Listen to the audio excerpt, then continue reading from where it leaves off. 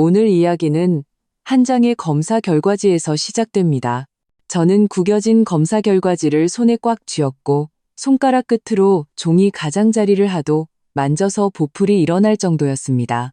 요즘 계속 몸에 기운이 없어 혹시나 하는 마음에 병원에서 건강검진을 받으면 마음이 좀 놓일까 싶었습니다. 그런데 뜻밖에도 병원 2층 산부인과 문 앞에 도착하자마자 제 인생 최악의 장면과 마주치게 되었습니다. 제 남편 박진우가 허리를 숙인 채 아이보리색 인부복 원피스를 입은 한 여자를 조심스럽게 부축하고 있었습니다. 그 여자는 가볍게 배를 감싸 안고 얼굴에는 예쁜 보조개를 띄우며 웃고 있었습니다. 다름 아닌 얼마 전 진우가 그저 도와주는 평범한 친구일 뿐이라며 얼버무렸던 최유라였습니다.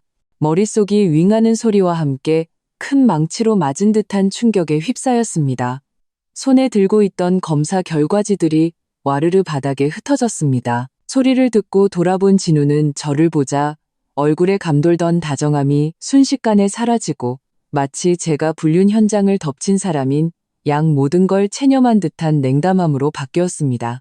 유라도 고개를 돌려 저를 훑어보더니 피하기는커녕 오히려 보란 듯이 진우의 몸에 더 기댔습니다. 배는 더욱 도드라져 보였고 그더이 양양한 모습은 내가 그의 아이를 가졌다고 얼굴에 새겨놓은 것만 같았습니다. 서수연 씨, 당신이 여긴 어쩐 일이야? 진우가 먼저 입을 열었습니다. 그의 말투에는 죄책감이라곤 눈꽃만큼도 찾아볼 수 없었고 오히려 귀찮다는 듯한 짜증 섞인 질책이 담겨 있었습니다. 내가 말했잖아. 오늘 회사에 중요한 회의 있어서 바쁘니까 여기 와서 귀찮게 하지 말라고. 중요한 회의? 저는 바닥에 흩어진 검사 결과지를 주우려 쭈그려 앉았습니다. 분노와 슬픔에 손가락이 계속 떨려 몇 번이나 헛손질을 한 끝에야 겨우 종이들을 모을 수 있었습니다. 당신의 중요한 회의라는 게 다른 여자랑 같이 산부인과 검진받는 거였어? 박진우 씨, 우리 결혼한 지 3년이야. 나는 매일 집에서 당신 빨래하고 밥 해줬어. 당신 회사 자금 사정이 어려울 땐 내가 모아둔 돈 전부를 당신에게 줬는데 당신은 나한테 어떻게 이럴 수 있어? 그때 유라가 애교 섞인 목소리로 끼어들었습니다. 솜사탕처럼 부드러운 목소리였지만 한마디 한마디가 비수처럼 날아와 밝혔습니다. 수연 언니, 진우 오빠한테 너무 그렇게 말하지 마세요. 오빠도 어쩔 수 없었어요. 제가 오빠 아이를 가졌으니 우리 모자에게 책임을 져야 하잖아요. 언니는 진우 오빠랑 3년이나 결혼 생활을 했는데도 아이가 없었잖아요. 박 씨 집안의 대를 끊을 수는 없는 노릇 아니겠어요? 책임? 저는 고개를 들어 진우를 노려봤습니다. 눈물이 눈가에 핑 돌았지만 애써 참아내며 떨어뜨리지 않았습니다. 그럼 나는 내 3년간의 헌신은 당신 눈에는 아무 가치도 없는 거야?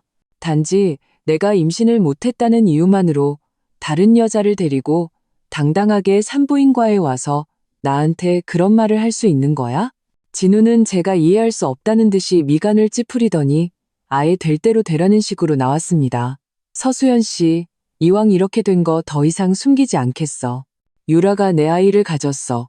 아들인지 딸인지는 아직 모르지만 어쨌든 박 씨 집안의 핏줄이야. 당신은 나랑 3년 동안 아무 소식이 없었잖아. 우리 박 씨 집안대가 끊길 수는 없어. 서로 시간 낭비하느니 차라리 오늘 이혼하는 게 낫겠어. 나중에 더 복잡해지기 전에. 저는 제 귀를 의심했습니다. 3년, 꼬박 3년이었습니다.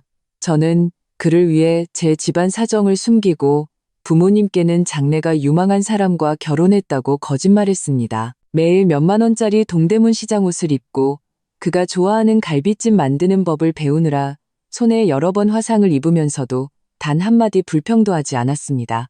그의 어머니 김영자 여사님이 제가 아이를 못 낳는다며 구박하고 제 옷을 바닥에 내던지고 식사 때 진우가 좋아하는 반찬만 차려도 저는 다 참았습니다.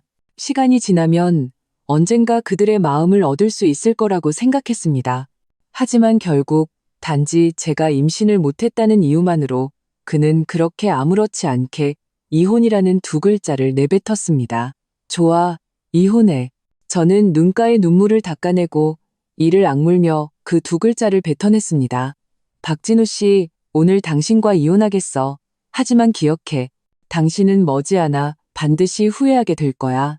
제가 동의하자 그의 얼굴에는 오히려 안도의 한숨을 내쉬는 표정이 스쳐 지나갔습니다.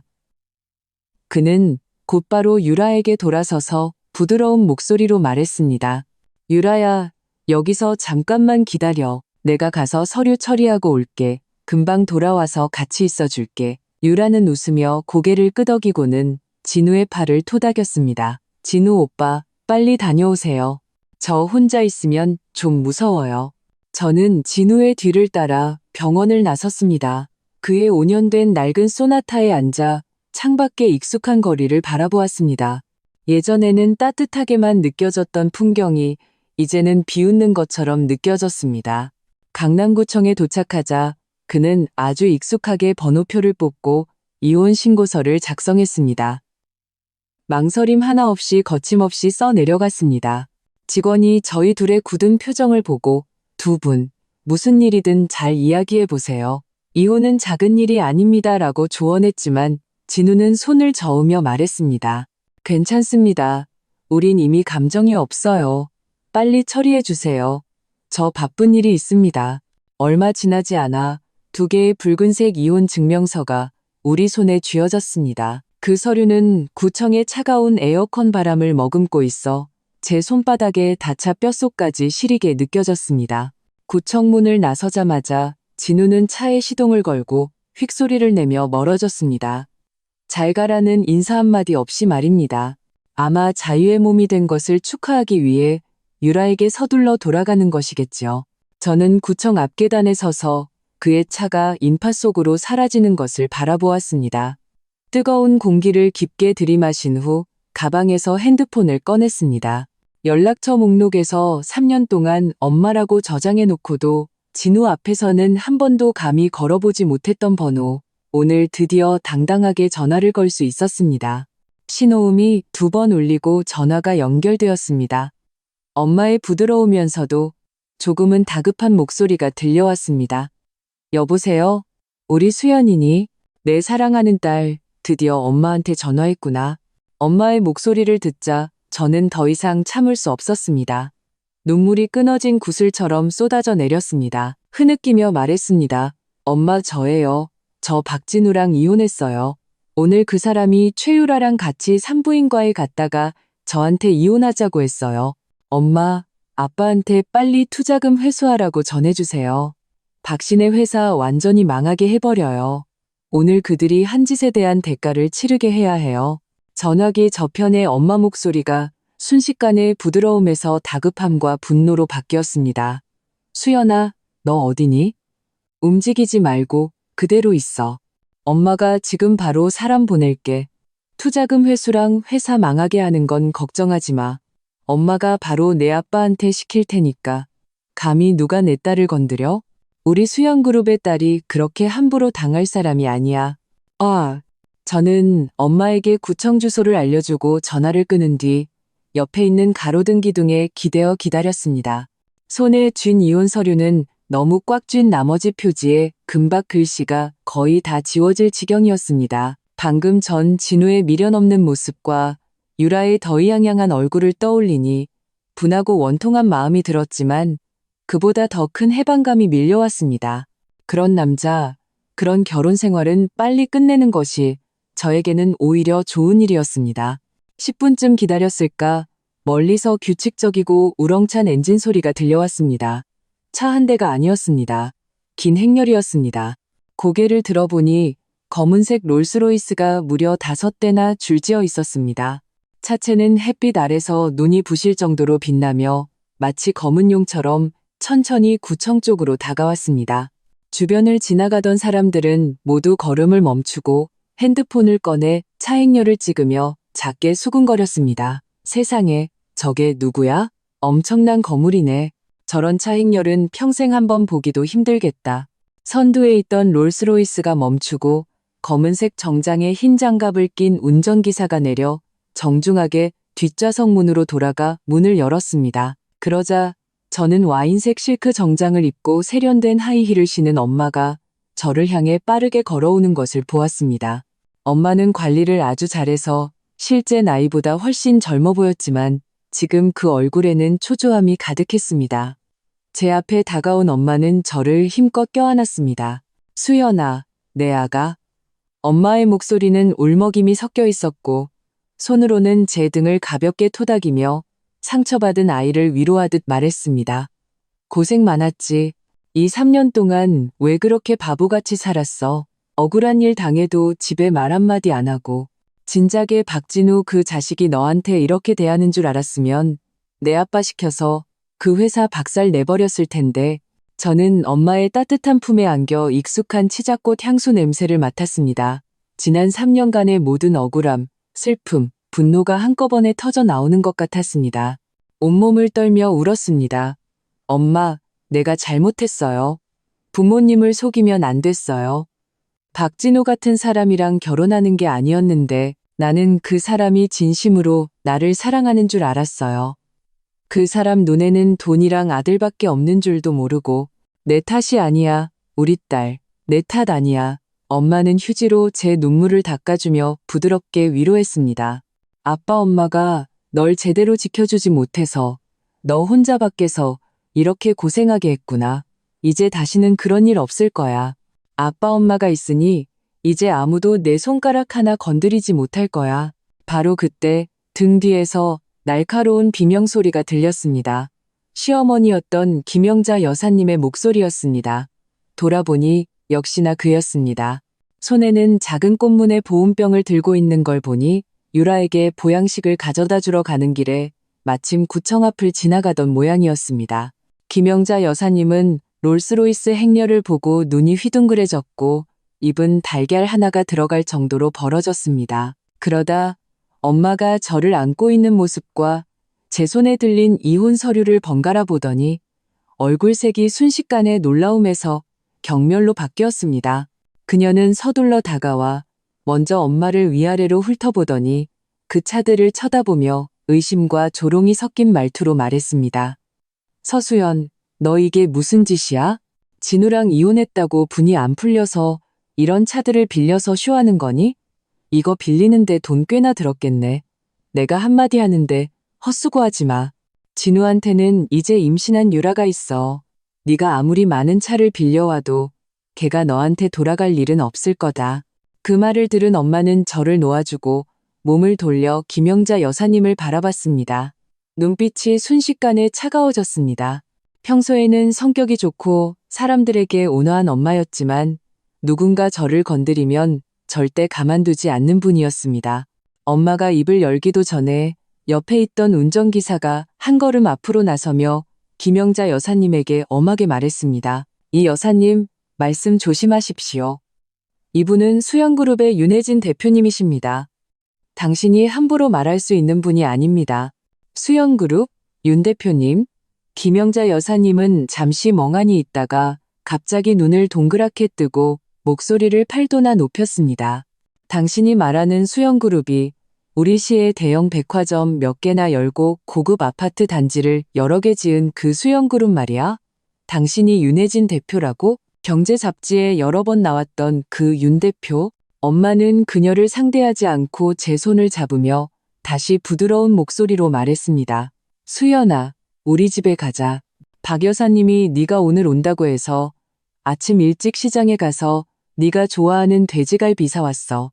지금쯤이면 달콤한 돼지갈비찜 다 만들어 놓고 너 돌아오기만 기다리고 계실 거야. 그때 진우의 차도 돌아왔습니다. 아마 제게 두고 간 물건이 생각나서 돌아온 모양입니다. 구청 앞에 도착하자마자 롤스로이스 행렬과 엄마 곁에 서 있는 검은 정장 차림의 경호원들을 보고는 그 자리에서 얼어붙었습니다. 서둘러 차를 세우고 허둥지둥 달려왔습니다.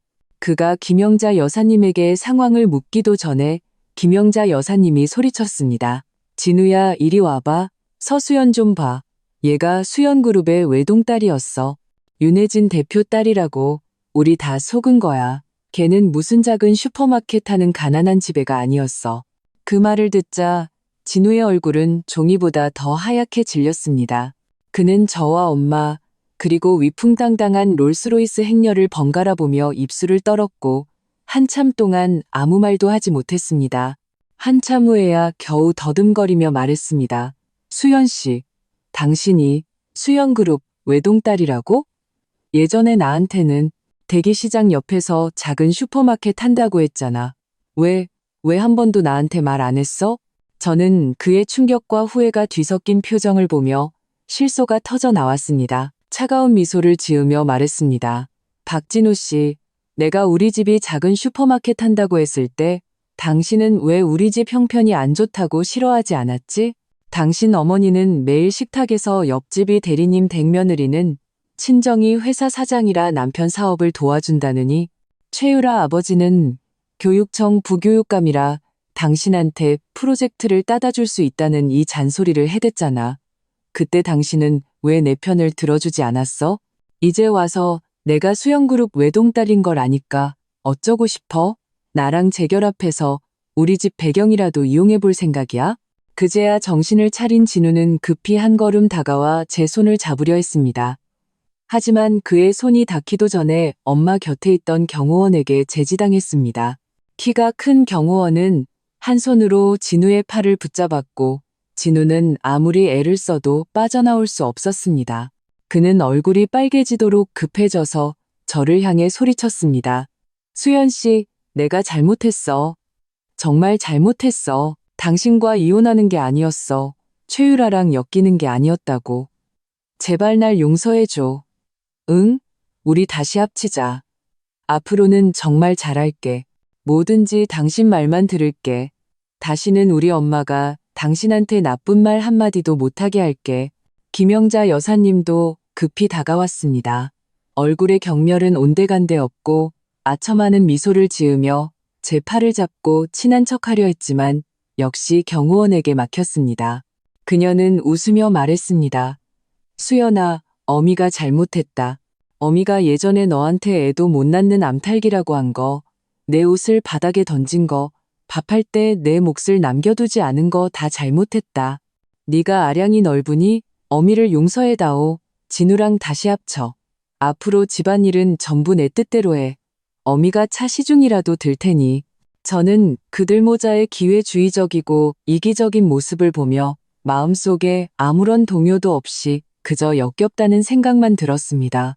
엄마는 제 손을 잡고 롤스로이스를 향해 돌아섰습니다. 차 문 앞에서야 차갑게 진우와 김영자 여사님을 향해 말했습니다. 이제 와서 그런 말 해봤자 너무 늦었어. 내 딸이 3년 동안 받은 상처는 잘못했다는 말 한마디로 지워질 수 있는 게 아니야. 그리고 당신들 박신의 회사. 오늘부터 완전히 망할 준비나 하시지. 그 말을 끝으로 엄마는 저를 데리고 차에 탔습니다. 부드러운 가죽 시트에 앉아 엄마는 차 안 냉장고에서 시원한 고급 과일, 주스를 꺼내 뚜껑을 열어 제게 건네주었습니다. 수연아, 이거 마시고 속 좀 풀어. 네가 제일 좋아하는 브랜드야. 엄마가 항상 기사님 편에 준비해두라고 했어. 저는 과일 주스를 조금씩 마셨습니다. 차가운 액체가 목을 타고 넘어가자 마음속에 화가 조금 가라앉는 것 같았습니다. 차가 천천히 움직이기 시작했습니다. 저는 차창 밖으로 진우와 김영자 여사님이 여전히 그 자리에 서 있는 것을 보았습니다. 그들의 얼굴은 핏기 하나 없이 창백했고 마치 버려진 조각상 같았습니다. 이것이 시작일 뿐이라는 것을 알았습니다. 그들이 제게 빚진 것은 제가 원금과 이자를 합쳐 조금씩 전부 다 받아낼 것입니다. 싼 롤스로이스는 도로 위를 부드럽게 달렸습니다. 차창 밖 풍경은 도심의 고층 빌딩에서 점차 교외의 푸른 나무들로 바뀌었습니다. 저는 고급 과일 주스를 조금씩 마시며 창밖을 내다봤습니다. 익숙하면서도 낯선 거리 풍경. 예전에 진우와 이 근처를 지날 때마다 나중에 우리도 이런 동네에 살면 좋겠다고 말하곤 했습니다. 그는 그때 웃으며 회사가 돈 벌면 꼭 사줄게라고 했었죠. 지금 생각하니 전부 다 거짓말이었습니다. 엄마는 제 옆에 앉아 계속 제 손을 꼭 잡고 있었습니다. 엄마의 손가락 끝에서 전해지는 온기는 어릴 적 제가 서러운 일을 당했을 때 제 손을 감싸주던 그때처럼 저를 안심시켰습니다. 약 40분 정도를 달리자 차는 녹음이 우거진 평창동의 한 고급 주택 단지로 들어섰습니다. 검은색 철제로 만든 대문에는 정교한 장미 문양이 새겨져 있었습니다. 문 앞에 경비원은 차익녀를 보자마자 몸을 꼿꼿이 세우고 경례를 한 뒤 빠르게 전동 대문을 열었습니다. 차는 계속 안으로 들어갔습니다. 제가 어릴 때부터 좋아했던 흰 장미로 가득한 넓은 정원을 지났습니다. 둥근 모양의 작은 분수에서는 물줄기가 햇빛을 받아 무지갯빛을 뿜어내고 있었습니다. 이 익숙한 풍경을 보자 또다시 눈물이 왈칵 쏟아졌습니다. 이곳은 제 집, 제가 3년 동안 떠나 있던 집이었습니다. 정원의 그네 의자까지도 예전 그 자리에 그대로 있었습니다. 조금도 변하지 않았습니다. 차가 본관 건물 앞에 멈추자 김 집사님이 이미 여러 명의 가사 도우미들과 함께 문 앞에서 기다리고 있었습니다. 김 집사님은 우리 집에서 20년 넘게 일하며 저를 키워주신 분입니다.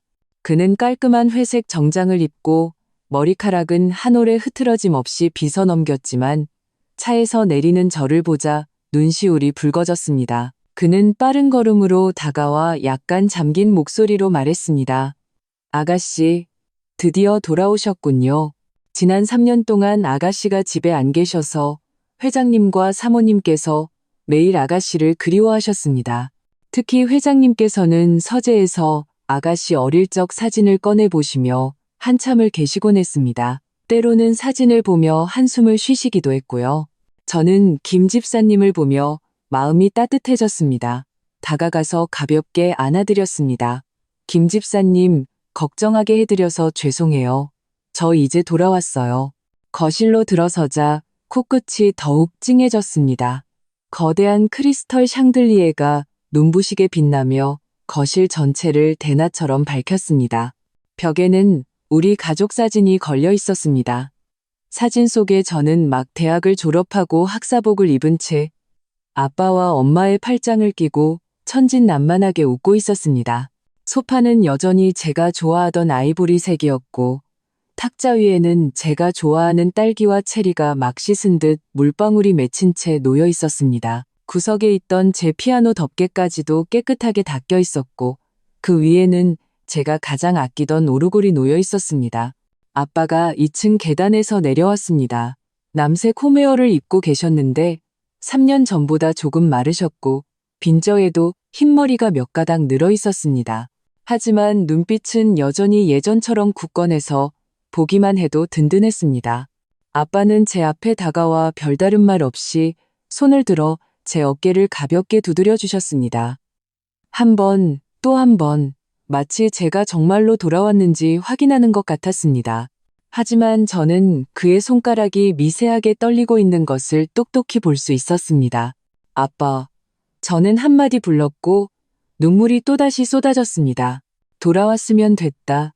돌아왔으면 됐어. 아빠의 목소리는 여전히 차분했지만 약간의 쉰소리가 섞여 있었습니다. 배고프지? 박 여사님이 아침 일찍 시장에 가서 네가 좋아하는 돼지갈비찜 재료 사왔어. 네가 어릴 때 제일 좋아하던 딸기 푸딩도 만들었단다. 오늘 네가 온다고 특별히 딸기잼을 더 많이 넣었다고 하더구나. 우리 먼저 밥 먹자. 식사 시간이 되자 오빠 서정민도 급히 돌아왔습니다. 그는 건축 설계사로 평소에는 눈코 뜰 새 없이 바빴지만 오늘 제가 돌아왔다는 소식을 듣고 중요한 회의를 몇 개나 취소하고 차를 몰아 달려왔습니다. 그는 문을 들어서자마자 저를 옆으로 끌어당겨 위아래로 한참을 훑어보더니 미간을 찌푸리며 안타까운 목소리로 말했습니다. 이 녀석 왜 이렇게 말랐어? 얼굴이 반쪽이 됐네. 안색도 안 좋고 박진우 그 자식이 괴롭혔어? 오빠한테 말해. 그 자식이 너한테 어떻게 했는지. 오빠가 지금 바로 몇 놈 데리고 가서 두들겨 패줄 테니까. 우리 수영그룹 사람이 얼마나 무서운지 알려줘야지. 오빠, 흥분하지 마. 저는 급히 그의 팔을 잡고 웃으며 말했습니다. 나 이제 괜찮잖아. 다 지난 일이야. 다시는 그 사람 얘기 꺼내지 마. 괜히 우리 반만만 떨어지잖아. 지난 일? 오빠는 코웃음을 치며 제 옆 의자에 앉았습니다. 젓가락을 들어 돼지갈비찜 큰 덩어리를 제 밥 위에 올려주었습니다. 갈비에는 진한 양념이 묻어 있었습니다. 감히 내 동생을 그렇게 괴롭혔는데 이게 그렇게 쉽게 지나갈 일이 아니지.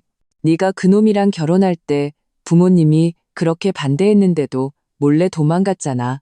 부모님은 네가 고생할까봐 몰래 얼마나 많이 도와줬는지 너는 모를 거야. 내가 너한테 한 가지 말해줄게. 너는 아마 모를 거야. 박진우 회사 작년에 그 큰 프로젝트 있잖아. 그걸로 돈 꽤 벌었다고 너한테는 운이 좋았다고 했지? 사실 그거 우리 집 자회사인 성진건설에서 넘겨준 거야. 그때 성진건설 담당자가 아빠한테 보고했는데 박진우가 제출한 기획안은 허점투성이의 기본적인 예산 계산도 틀려서 도저히 협력할 수준이 아니었다고 했어. 아빠가 내 체면을 봐서 특별히 담당자한테 지시해서 기획안 수정하는 걸 도와줘서 겨우 통과시켜준 거야. 제 손에 들고 있던 젓가락이 쨍그랑 소리를 내며 식탁에 떨어졌습니다. 저는 눈을 동그랗게 뜨고 제 귀를 의심했습니다. 오빠, 그거 진짜야? 나는 내가 줬던 그 재개발 보상금으로 회사 자금 사정이 나아져서 그 프로젝트를 딴 줄 알았는데 무슨 재개발 보상금? 엄마가 미간을 찌푸리며 물었습니다. 손에 들고 있던 숟가락을 내려놓으며 말했습니다. 수연아, 네가 무슨 재개발 보상금이 있어? 우리한테는 시댁이 평범한 가정이고 친정은 작은 슈퍼마켓 한다고 했잖아. 무슨 재개발 보상금이야? 저는 고개를 숙이고 조금 부끄러워하며 말했습니다. 예전에 진우 씨가 회사 자금 사정이 안 좋아서 직원들 월급도 못 줄 지경이라고 매일 한숨을 쉬었어요. 제가 마음이 아파서 제가 모아둔 돈을 줬어요. 부모님이 매달 주셨던 용돈인데 제가 별로 안 쓰고 모았더니 1억 원 정도 됐거든요. 그 사람이 우리 집 사정을 알까봐 저희 친정 슈퍼마켓이 재개발되면서 부모님이 주신 보상금이라고 거짓말했어요. 이런 바보 같은 녀석. 엄마는 안타까워하며 제 머리를 쓰다듬었습니다. 눈시울이 붉어졌습니다. 그 용돈은 너 옷 사입고 맛있는 거 사 먹으라고 준 건데 그걸 아껴서 그놈한테 줬구나. 그는 내 돈으로 다른 여자를 먹여 살렸는데 이럴 줄 알았으면 그때 무슨 일이 있어도 너를 그놈한테 보내지 말았어야 했는데. 아빠가 찻잔을 내려놓았습니다. 얼굴이 굳어지며 손가락으로 가볍게 탁자를 두드렸습니다. 수연아, 지난 3년 동안 있었던 일을 아빠 엄마한테 솔직하게 다 말해봐. 마음에 담아두지 말고. 박진우가 너를 괴롭혔든 그 엄마가 너를 못살게 굴었든 다 우리한테 말해. 우리가 있으니 이제 아무도 너를 건드릴 수 없어. 저는 고개를 끄덕이고 휴지로 눈물을 닦은 뒤 지난 3년 동안의 일을 하나도 빠짐없이 이야기했습니다. 처음 제가 신분을 숨기고 진우에게 집이 슈퍼마켓을 한다고 말했던 것부터 결혼 후 시어머니 김영자 여사님이 매일 식탁에서 누구네 며느리는 친정이 부자라느니 최유라 아버지는 교육청 부교육감이라느니 하면서 제가 도움이 안 된다고 은근히 무시했던 일, 그리고 진우가 점점 귀가가 늦어지고 몸에서 낯선 향수 냄새가 났을 때 물어보면 고객과 식사해서 그렇다고 둘러댔던 일, 지난달 제가 39도 고열로 알아누워 해열제를 사다 달라고 전화했더니 중요한 고객과 함께 있어 갈 수 없다고 했지만 사실은 제 친구가 그가 유라와 함께 백화점에서 아기 침대를 사는 것을 봤다고 몰래 메시지를 보내줬던 일, 마지막으로 그날 병원에서 그들이 산부인과 검진받는 것을 마주치고 그가 그 자리에서 이혼을 요구했으며 김영자 여사님이 구청 앞에서 저를 애도 못 낳는 암탉이라고 욕했던 일까지 모두 털어놓았습니다. 제가 말하는 동안 오빠는 주먹을 꽉 쥐어 마디가 하얗게 될 정도로 화를 냈습니다. 몇 번이나 말을 끊으려 했지만 아빠가 막으셨습니다. 엄마는 계속 휴지로 눈물을 닦으며 우리 수연이 고생 많았네라고 중얼거렸습니다. 아빠의 얼굴은 점점 더 어두워지더니 마지막에는 손에 든 찻잔을 쿵 소리가 나게 내려놓았습니다. 제가 말을 마치자 오빠는 쾅 하고 책상을 쳤습니다. 식탁 위의 그릇들이 거의 넘어질 뻔했습니다. 너무하잖아. 박진우 그 배은망덕한 놈이랑 김영자, 그 늙은 여편네가 감히 너한테 이럴 수가 있어? 이 녀석, 걱정 마. 오빠가 당장 가서 그놈들 손 좀 봐줄 테니까 네가 줬던 돈 전부 다 받아내고 사과하게 만들겠어. 정민아, 진정해. 아빠가 입을 열었습니다.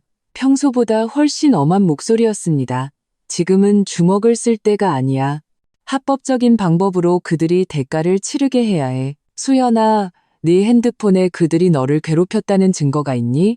예를 들면 김영자 여사님이 너를 욕하는 녹음 파일이라든지 박진우가 재산을 빼돌린 증거라든지 아니면 최유라가 너한테 도발적인 메시지를 보낸 것 같은 것들 말이야. 이런 것들이 다 유용한 증거가 될 거야.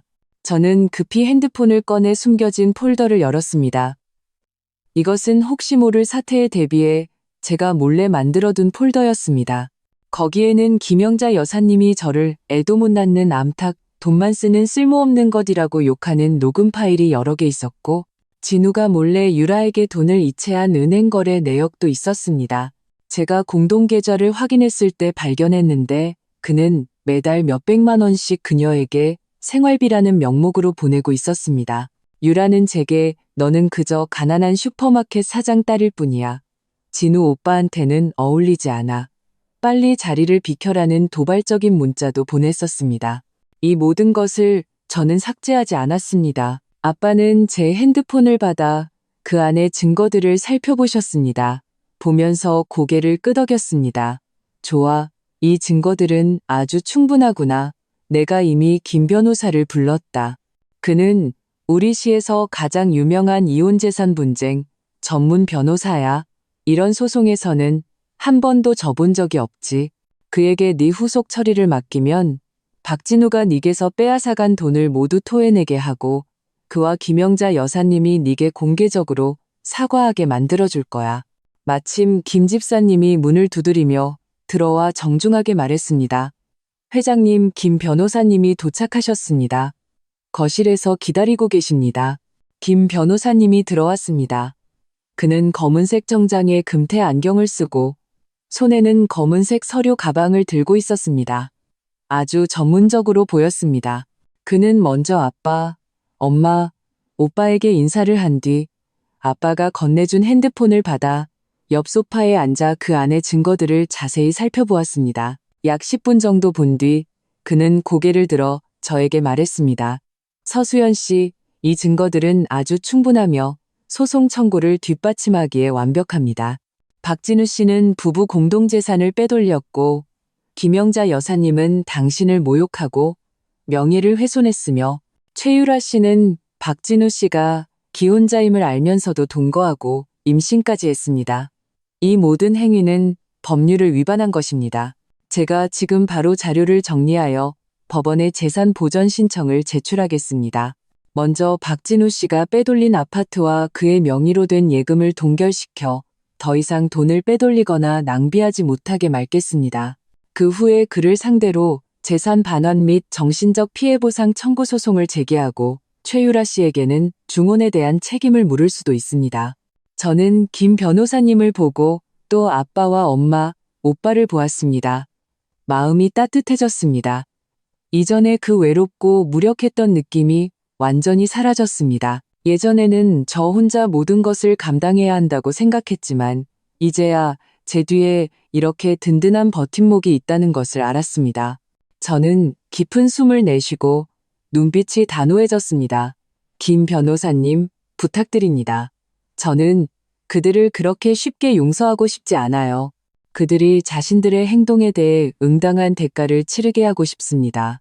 그리고 그들에게 아무나 함부로 건드릴 수 있는 사람이 아니라는 것을 알려주고 싶어요. 엄마는 제 손을 잡으며 부드럽게 말했습니다. 수연아, 걱정하지 마. 아빠, 엄마, 내 오빠, 그리고 김 변호사님이 있으니 우리는 반드시 그들이 교훈을 얻게 만들 거야. 너는 이제 막 돌아왔으니 너무 피곤해하지 말고 밥 먹고 푹 쉬어. 나머지는 우리가 처리할게. 김 변호사님은 증거를 가지고 법원으로 가서 재산보전 절차를 밟았습니다. 저는 집에 남았고 엄마는 제 기분이 안 좋을까봐 저를 데리고 제 방으로 갔습니다. 문을 여는 순간 제 눈시울이 다시 붉어졌습니다. 방 안의 모든 것이 제가 떠날 때와 똑같았습니다. 조금도 변하지 않았습니다. 책상 위에는 제가 일담한 로맨스 소설이 놓여 있었고 책갈피는 86페이지에 꽂혀 있었습니다. 그때 제가 가장 몰입해서 읽던 부분이었습니다. 책 옆에는 제가 자주 쓰던 만년필도 뚜껑이 잘 닫힌 채 놓여 있었습니다. 책장에는 제가 어릴 때부터 받은 상장들이 진열되어 있었습니다. 초등학교 때 받은 모범생상부터 대학교 때 받은 우수 졸업생상, 심지어 유치원 때 받은 착한 어린이 상장까지도 먼지 하나 없이 가지런히 정리되어 있었습니다. 옷장에는 이번 시즌 신상 옷들이 가득 걸려 있었습니다. 제가 좋아하는 꽃무늬 원피스, 베이지색 트렌치코트, 심지어 속옷과 양말까지 제 사이즈에 맞춰 사두셨고 서랍 안에 반듯하게 개어져 있었습니다. 태그도 떼지 않은 채였습니다. 침대 머리맡에 있던 제가 안고 자던 토끼 인형도 예전 그 자리에 놓여 있었습니다. 인형의 귀에는 제가 그때 가장 좋아했던 핑크색 리본이 묶여 있었고 인형의 털까지도 부드럽게 빗겨져 있었습니다. 네가 떠난 후에 말이야. 내가 매달 가사 도우미를 시켜서 방 청소를 한 번씩 했어. 창문도 열어서 환기시키고 침대 시트랑 이불 커버도 매달 한 번씩 갈았지. 습기 차서 곰팡이 슬까봐 엄마는 제 침대가에 앉아 제 손을 잡고 손가락으로 제 손등을 부드럽게 쓰다듬었습니다. 옷도 그래. 매 시즌마다 네 사이즈에 맞춰서 최신 디자인으로 보내달라고 했어. 네가 갑자기 돌아왔을 때 입을 옷이 없을까 봐서. 예전에는 이 방이 너무 크다고 밤에 자면 썰렁해서 작은 야간등을 켜도 무섭다고 했었지? 지금 다시 돌아와서 자도 썰렁할 것 같니? 아니요, 썰렁하지 않아요. 엄마가 계신데 어떻게 썰렁하겠어요. 저는 엄마 어깨에 기대어 익숙한 치자꽃, 향수 냄새를 맡았습니다. 마음이 평온해졌습니다. 지난 3년간 박씨 집안에서 받았던 서름, 김영자 여사님께 욕을 먹고 진우에게 냉대를 받았던 그날들이 이 순간 모두 치유되는 것 같았습니다. 그 후 며칠 동안 저는 집에서 요양했습니다. 아침에는 엄마와 함께 정원을 산책하고 점심에는 아빠와 식사하며 회사 이야기를 들었습니다.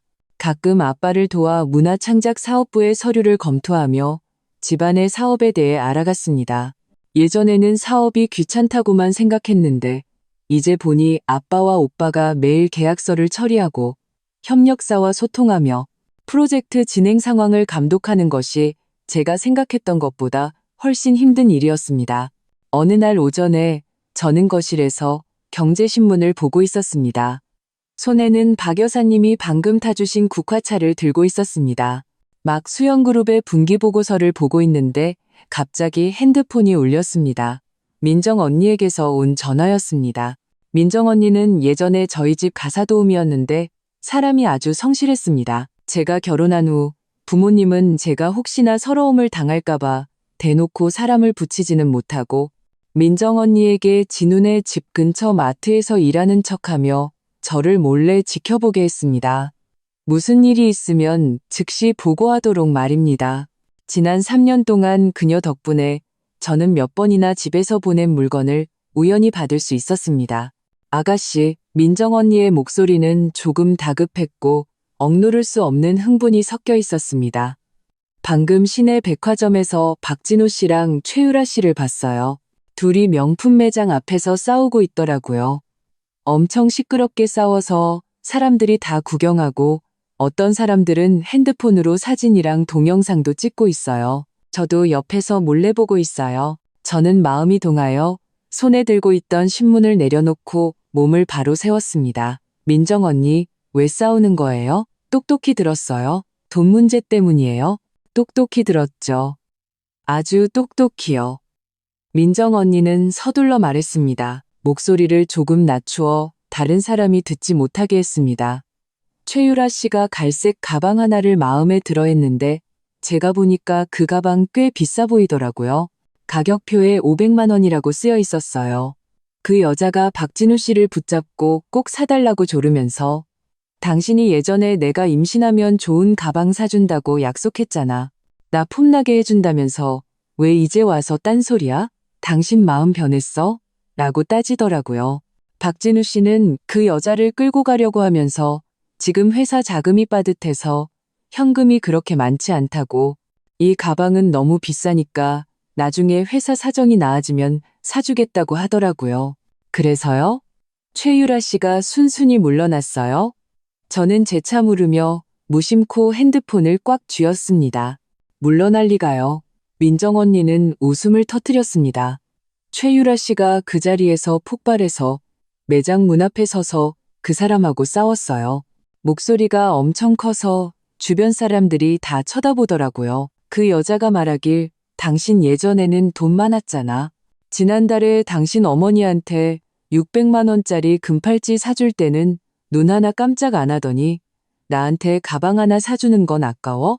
내가 당신 아이를 가져서 이제 도망갈 수 없다고 생각해서 더 이상 잘해줄 필요가 없다고 생각하는 거야? 똑똑히 들어, 박진우.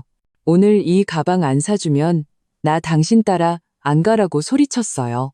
저는 웃음이 터져 나왔습니다. 정말 인과응보였습니다. 예전에 진우와 유라는 제가 가난한 집딸이라며 만만하게 보고 매일 제 앞에서 애정 행각을 벌이며 거들먹거렸는데 이제 우리 집의 지원이 끊기자 가방 하나 살 돈도 없어져서 이런 사소한 일로 대중 앞에서 싸우다니 정말 창피한 일이었습니다. 민정 언니 계속 좀 지켜봐 주세요.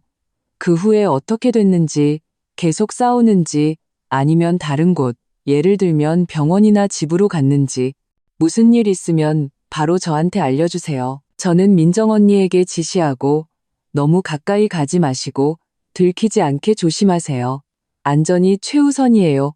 라고 덧붙였습니다. 걱정 마세요, 아가씨. 저 잘 알아요. 민정 언니는 대답하고 전화를 끊었습니다. 전화를 끊자마자 오빠가 밖에서 돌아왔습니다.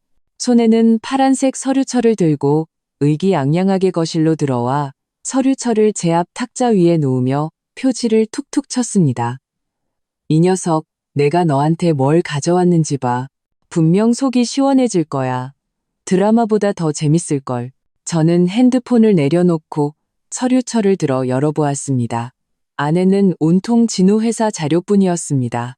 재무제표, 직원 명단, 그리고 사진 몇 장이 있었습니다.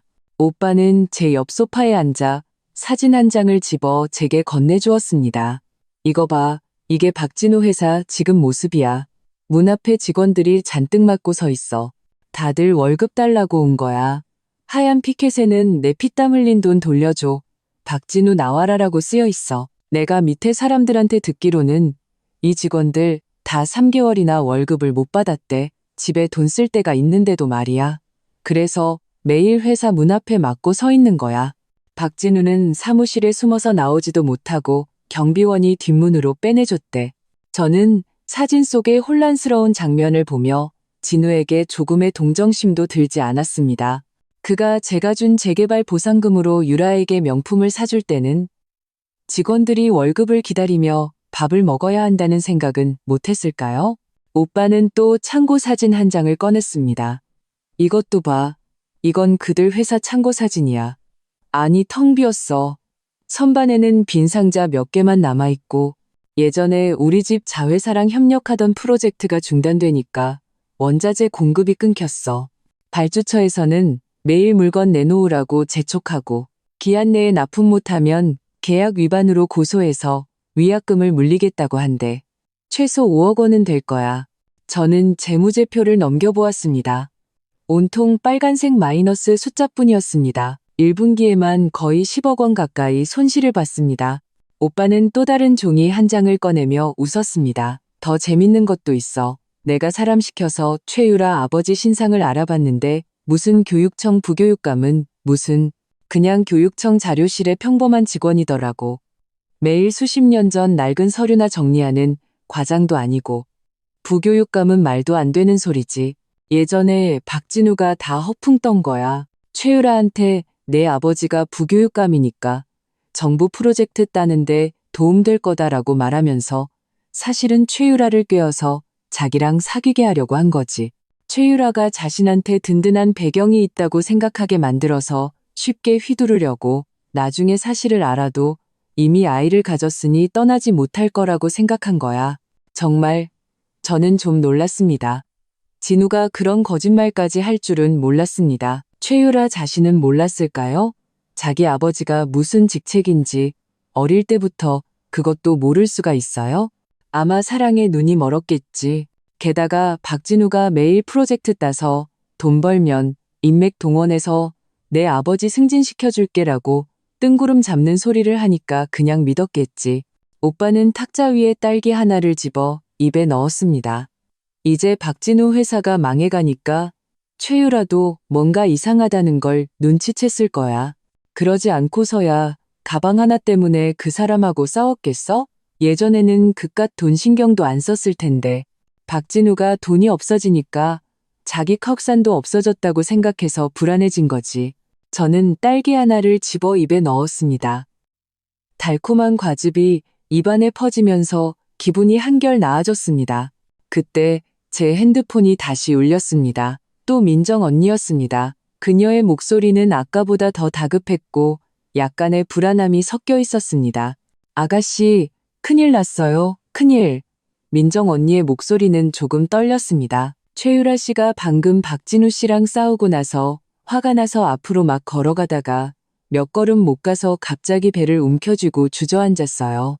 얼굴이 새하얘지고 입으로는 배가 아프다고 소리치고 아이가 움직이는 것 같다고 했어요. 박진우 씨가 깜짝 놀라서 급히 택시를 잡아 시내 중심병원으로 데려갔어요. 저도 택시 타고 따라왔어요. 지금 최유라 씨는 이미 분만실에 들어갔고 의사가 조산 기미가 보인다고 자궁문이 빨리 열리고 있다고 했어요.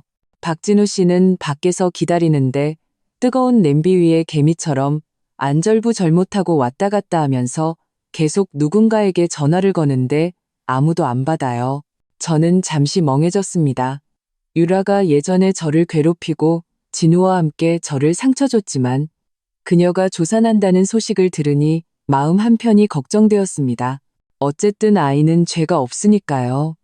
태어나자마자 이런 일을 겪다니 너무 안타까웠습니다. 민정 언니, 그들이 간 곳이 시내중심병원 어느 병동이에요? 산부인과는 몇 층에 있어요? 의사가 상태가 심각하다고 하던가요? 저는 급히 물었습니다. 제 목소리도 다급해졌습니다. 오리시 산부인과 옆에 있는 시내중심병원 본원이요. 산부인과는 3층에 있어요. 제가 따라왔을 때 의사가 이미 최유라 씨를 진찰하고 자궁문이 이미 3cm 열려서 빨리 분만실에 들어가야 한다고 했어요. 아이가 약간 산소 부족 상태라 태어나면 인큐베이터에서 관찰해야 할 수도 있다고 하더라고요. 민정 언니가 자세히 말했습니다. 박진우 씨는 지금 3층 복도에서 기다리는데 얼굴이 최유라 씨보다 더 하얘요. 입으로는 계속 제발 아무 일 없어야 해라고 중얼거리는데 아마 아이한테 무슨 일 생길까봐 걱정하는 것 같아요. 그래야 자기들을 이을 사람이 없어지지 않으니까. 엄마가 제 통화 소리를 듣고 부엌에서 나왔습니다. 손에는 막 씻은 사과 하나를 들고 닦아서 제게 건네주며 물었습니다. 수연아, 무슨 일이야? 왜 그렇게 급해? 박진우랑 관련된 일이야? 저는 민정 언니의 말을 엄마에게 전했습니다. 엄마는 미간을 찌푸리고 잠시 생각하더니 소파가에 와서 앉아 저를 보며 말했습니다. 수연아, 우리 병원에 가보는 게 어떨까? 어쨌든 최유라 씨는 막 아이를 낳았으니 몸이 허약할 테고 아이는 또 조산했잖아. 돌봐줄 사람이 없으면 너무 안타깝잖아.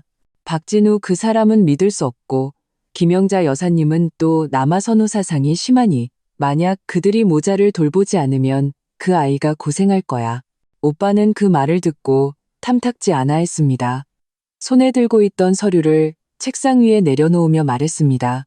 엄마, 우리가 왜 그 여자를 보러 가요? 예전에 수연이를 그렇게 괴롭히고 박진우랑 같이 수연이 돈이랑 감정을 속였잖아요. 지금 일이 터진 건 자업자득이에요. 우리가 만약 가면 그 여자가 우리가 마음 약해졌다고 생각하고 다시 우리한테 들러붙으면 어떡해요? 정민아, 그렇게 말하면 안 되지. 엄마는 오빠를 보며 진지하게 말했습니다. 최유라 씨는 잘못했지만 아이는 잘못이 없잖아. 우리가 가보는 건 박진우나 최유라 씨를 도와주려는 게 아니라 그냥 아이 상태를 보려는 거야. 아이가 고생하지 않게. 그리고 우리가 있으면 박진우도 감시할 수 있잖아. 그가 책임 회피하고 도망갈 생각 못하게. 그가 져야 할 책임은 반드시 지게 해야지. 저는 생각해보니 엄마 말이 맞다고 생각했습니다. 저는 진우와 김영자 여사님을 증오하지만 아이는 죄가 없었습니다. 어른들의 잘못 때문에 아이가 태어나자마자 버려지게 할 수는 없었습니다. 그래서 저는 고개를 끄덕였습니다. 엄마, 저 엄마랑 같이 갈게요. 오빠는 집에 있어요. 무슨 일 있으면 제가 연락할게요. 만약 박진우가 딴짓하면 그때 다시 오빠한테 전화할게요. 오빠는 마지못해 하면서도 제가 하는 말이 사실이라는 것을 알기에 고개를 끄덕였습니다. 알았어. 그럼 조심해. 경호원 2명 데리고 가. 박진우나 김영자 여사님이 너희를 괴롭히지 못하게. 병원에서 무슨 일 있으면 바로 나한테 전화해. 바로 달려갈게. 저와 엄마는 편한 옷으로 갈아입고 김 집사님에게 경호원 2명을 붙여달라고 부탁한 뒤 차를 타고 시내 중심병원으로 갔습니다. 산부인과 3층에 도착해서 엘리베이터에서 내리자마자 진우가 복도에서 왔다 갔다 하는 것이 보였습니다. 머리는 헝클어져 있고 정장에는 먼지가 좀 묻어 있었습니다. 예전에 그 거들먹거리던 모습과는 완전히 달랐습니다. 그는 저와 엄마를 보고 처음에는 멍하니 있다가 서둘러 다가와 아첨하는 미소를 지었습니다. 수연 씨, 어머님, 어떻게 오셨어요? 혹시 저를 도우러 오신 건가요? 엄마는 그의 아첨을 무시하고 차갑게 물었습니다. 최유라 씨는 어때? 들어간 지 얼마나 됐어? 의사가 나와서 뭐라고 하던가? 진우는 머리를 극적이며 약간 불안한 목소리로 말했습니다. 들어간 지 거의 1시간 됐어요. 의사는 아직 안 나왔고요. 아까 간호사가 나와서 산모는 괜찮은데 아이가 좀 작아서 조산할 것 같다고 했어요. 자세한 건 의사가 나와봐야 안다고 하더라고요. 바로 그때 분만실 문이 갑자기 열리고 녹색 수술복을 입은 의사가 걸어 나왔습니다. 마스크를 벗고 복도를 향해 외쳤습니다. 최유라 씨 보호자분 누구세요? 진우는 서둘러 달려가 거의 의사에게 달려들다시피 했습니다. 의사 선생님, 저요, 제가 남편이에요. 아내는 어때요? 아이는요? 괜찮죠? 의사는 한숨을 쉬고 안경을 축혀 올리며 말했습니다. 산모는 큰 이상은 없습니다. 다만 출산 과정이 좀 힘들어서 지금은 휴식이 필요합니다. 아이는 조산아로 출생 체중이 6kg밖에 안 되고 경미한 산소 부족 증세가 있어서 신생아실 인큐베이터로 옮겼습니다. 앞으로 일주일 정도 관찰하면서 다른 합병증이 없는지 지켜봐야 합니다. 먼저 입원 수속하시고 신생아실에 가서 보증금 내세요. 인큐베이터 비용이 만만치 않아서 하루에 200만 원 정도 듭니다. 진우는 안도의 한숨을 쉬고 막 말을 하려는데 복도 끝에서 김영자 여사님의 목소리가 들렸습니다. 날카롭고 찢어지는 듯한 목소리였습니다. 진우야, 유라는 어때? 손자를 낳았어. 손녀를 낳았어? 내가 특별히 닭고기 수프 끓여왔는데 몸보신 좀 시켜야지. 김영자 여사님은 작은 꽃무늬 보온병을 들고 걸어왔습니다. 저와 엄마를 보고 얼굴색이 순식간에 변했습니다. 눈빛에는 경계심이 가득했지만 그래도 먼저 진우 곁으로 다가가 아이의 상태를 급하게 물었습니다. 진우는 고개를 숙이고 작은 목소리로 말했습니다. 엄마, 딸이에요. 조산해서 인큐베이터에 들어갔어요. 딸이라고? 김영자 여사님의 목소리가 갑자기 8도나 높아졌습니다. 손에 들고 있던 보온병을 거의 떨어뜨릴 뻔했습니다. 어떻게 딸이야? 내가 너한테 유라한테 아들 낳는데 좋은 음식 많이 먹이고 절에 가서 기도도 많이 하라고 했잖아. 어떻게 또 딸년이야? 이 딸년이 무슨 쓸모가 있어? 우리 박씨 집안대를 이을 수도 없는데. 괜히 키웠네. 저는 더 이상 듣고 있을 수 없어서 앞으로 한 걸음 다가가 김영자 여사님을 보며 말했습니다. 어머님, 아이는 이제 막 태어나서 인큐베이터에서 고생하고 있어요. 어떻게 그렇게 말씀하실 수 있어요? 아들이든 딸이든 다 진우 씨 아이고 어머님 친손녀잖아요. 어떻게 그렇게 모질 수가 있어요? 김영자 여사님은 저를 곁눈질로 쳐다보고 막 반박하려는데 엄마가 앞으로 한 걸음 나서서 차가운 눈빛으로 그녀를 쏘아봤습니다. 김영자 씨, 만약 당신이 아이에 대해 또 그렇게 말하면 지금 바로 김 변호사를 불러서 당신을 아동학대로 고소하겠어요. 그리고 박진우 씨, 의사가 아이가 인큐베이터에 있어야 한다고 했죠. 하루 200만 원 넘는 비용, 지금 바로 가서 보증금 내세요. 책임 회피할 생각은 꿈도 꾸지 마세요. 만약 당신이 이 돈을 안 내면 우리 수영그룹이 무슨 수를 써서라도 당신이 내게 만들 거예요. 진우와 김영자 여사님은 엄마의 기세에 눌려 더 이상 험한 말을 하지 못했습니다. 진우는 서둘러 고개를 끄덕였습니다. 네, 알겠습니다. 지금 바로 가서 보증금 낼게요. 지금 바로요. 저와 엄마는 복도에서 잠시 더 기다렸습니다. 간호사가 유라를 침대에 싣고 분만실에서 나왔습니다. 그녀는 병상에 누워 얼굴이 창백했고 눈을 감고 있었습니다. 아주 허약해 보였습니다. 저와 엄마가 병실에 들어갔습니다. 유라는 소리를 듣고 천천히 눈을 떴습니다. 우리를 보고 눈빛에 놀라움과 경계심이 가득했습니다. 작은 목소리로 말했습니다. 당신들이 어떻게 여기에 저를 비웃으러 온 건가요? 우리는 비웃으러 온 게 아니에요. 저는 가져온 영양품을 침대 머리맡 탁자에 놓았습니다. 안에는 박 여사님이 만든 계란찜과 기력을 보충하는 탕이 들어 있었습니다. 그냥 당신과 아이 상태가 어떤지 보러 왔어요. 의사가 아이는 인큐베이터에 있다고 하던데 보고 싶으면 몸 좀 나아지면 제가 간호사한테 데려다 달라고 할게요. 아이 이야기를 꺼내자 유라의 눈물이 갑자기 쏟아져 내렸습니다. 목이 메어 말했습니다. 제가 아이에게 미안해요. 제가 만약 진우 씨랑 싸우지 않았으면 아이가 조산하지 않았을 거예요. 진우 씨는 사기꾼이에요. 그가 제 아버지가 부교육감이라서 프로젝트를 따는데 도움될 거라고 거짓말했어요. 저한테 잘해주겠다고 거짓말했어요. 결과는 지금 회사가 망하기 직전이고 아이 인큐베이터 비용 낼 돈도 거의 없어요. 엄마는 침대가에 앉아 유라에게 휴지를 건네주며 부드럽게 말했습니다. 유라 씨, 지금 그런 말 해봤자 소용없어요. 지금 당신에게 가장 중요한 건 몸조리 잘하고 아이를 잘 돌보는 거예요.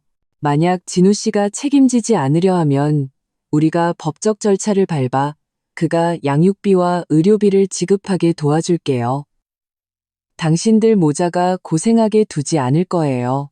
유라는 고개를 들어 엄마를 보고 또 저를 보았습니다. 눈물이 더 심하게 쏟아졌습니다. 어머님, 수연 씨, 제가 잘못했어요. 제가 진우 씨를 빼앗으면 안 됐어요. 그 사람과 함께 당신을 괴롭히면 안 됐어요. 앞으로는 다시는 그러지 않을게요. 저는 그냥 아이를 잘 키우고 싶어요. 저는 그녀의 후회하는 모습을 보며 마음이 좀 복잡했습니다. 그녀도 진우에게 속은 것이었습니다. 만약 처음에 진우를 만나지 않았더라면 어쩌면 그녀는 지금 안정된 생활을 하고 있을지도 모릅니다. 저는 그녀의 손을 토닥이며 말했습니다. 몸조리 잘해요. 아이는 당신이 필요하잖아요. 무슨 어려움 있으면 민정 언니한테 말해요. 도울 수 있는 건 도와줄게요. 유라와 잠시 더 이야기를 나누고 휴식을 취하라고 당부한 뒤 저와 엄마는 병원을 떠났습니다. 차에 앉아 엄마는 저를 보며 웃었습니다. 수연아, 오늘 아주 잘했어. 다른 사람이 너에게 어떻게 하든 너는 선함을 잃지 않는구나. 이게 바로 우리 수영그룹 딸이 가져야 할 모습이야. 저는 엄마 어깨에 기대어 고개를 끄덕였습니다. 선함이 나약함이 아니라 상처를 겪은 후에도 자신의 본심을 지킬 수 있는 것이라는 걸 알았습니다. 그리고 진우와 김영자 여사님에 대해서는 저도 더 이상 마음 약해지지 않을 것입니다. 그들이 져야 할 대가는 한 푼도 깎아주지 않을 것입니다. 병원에서 돌아온 후 저는 계속 유라와 아이의 상태가 마음에 걸렸습니다. 민정 언니에게 매일 두어 마디씩 보고해달라고 했습니다. 듣자 하니 김영자 여사님은 마지못해 하면서도 진우의 재촉에 매일 병원에 가서 밥은 챙겨준다고 했습니다. 다만 태도는 냉담했고 유라도 감히 뭐라고 하지 못했습니다. 그녀는 이제 기댈 곳이 없으니 참고 견딜 수밖에 없었습니다. 어느 날 저녁 식사 때 아빠가 젓가락을 내려놓고 저를 보며 말했습니다.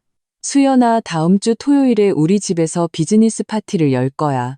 첫째는 네가 무사히 돌아온 것을 축하하고 오랜 친구들에게 너를 소개하기 위해서고, 둘째는 최근에 뜬 소문들을 해명하고 협력 관계를 다지기 위해서야.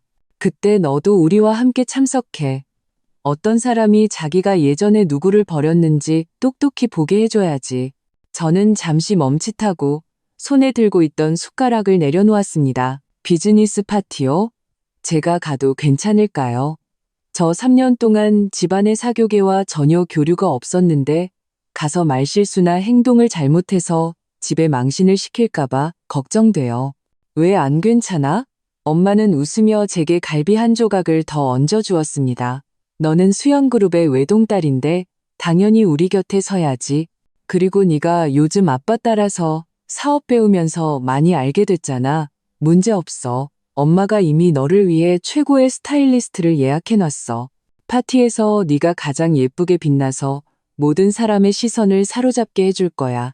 오빠도 밥을 씹으며 고개를 끄덕였습니다. 맞아. 박진우도 분명히 올 거야. 그놈은 항상 우리 같은 상류층에 끼고 싶어 했거든. 예전에 온갖 인맥을 동원해서 파티 초대장을 구하려고 했었어. 이번에는 아마 뻔뻔하게 찾아올지도 몰라. 그때 그놈이 자기 눈으로 똑똑히 보게 해. 자기가 얼마나 눈이 삐었었는지. 우리 수연그룹 외동딸을 소중히 여기지 않고 그 사기꾼 최유라랑 엮였으니 말이야. 저는 생각해보니 일리가 있다고 느꼈습니다. 예전에 저는 계속 피하기만 해서 진우가 저를 만만하게 보게 만들었습니다. 이번 기회에 저의 진짜 신분을 보여주고 그가 자신의 행동을 후회하게 만들어야겠다고 생각했습니다. 그래서 저는 고개를 끄덕였습니다. 좋아요, 갈게요. 그때 가서 꼭 잘해서 집에 망신시키지 않을게요.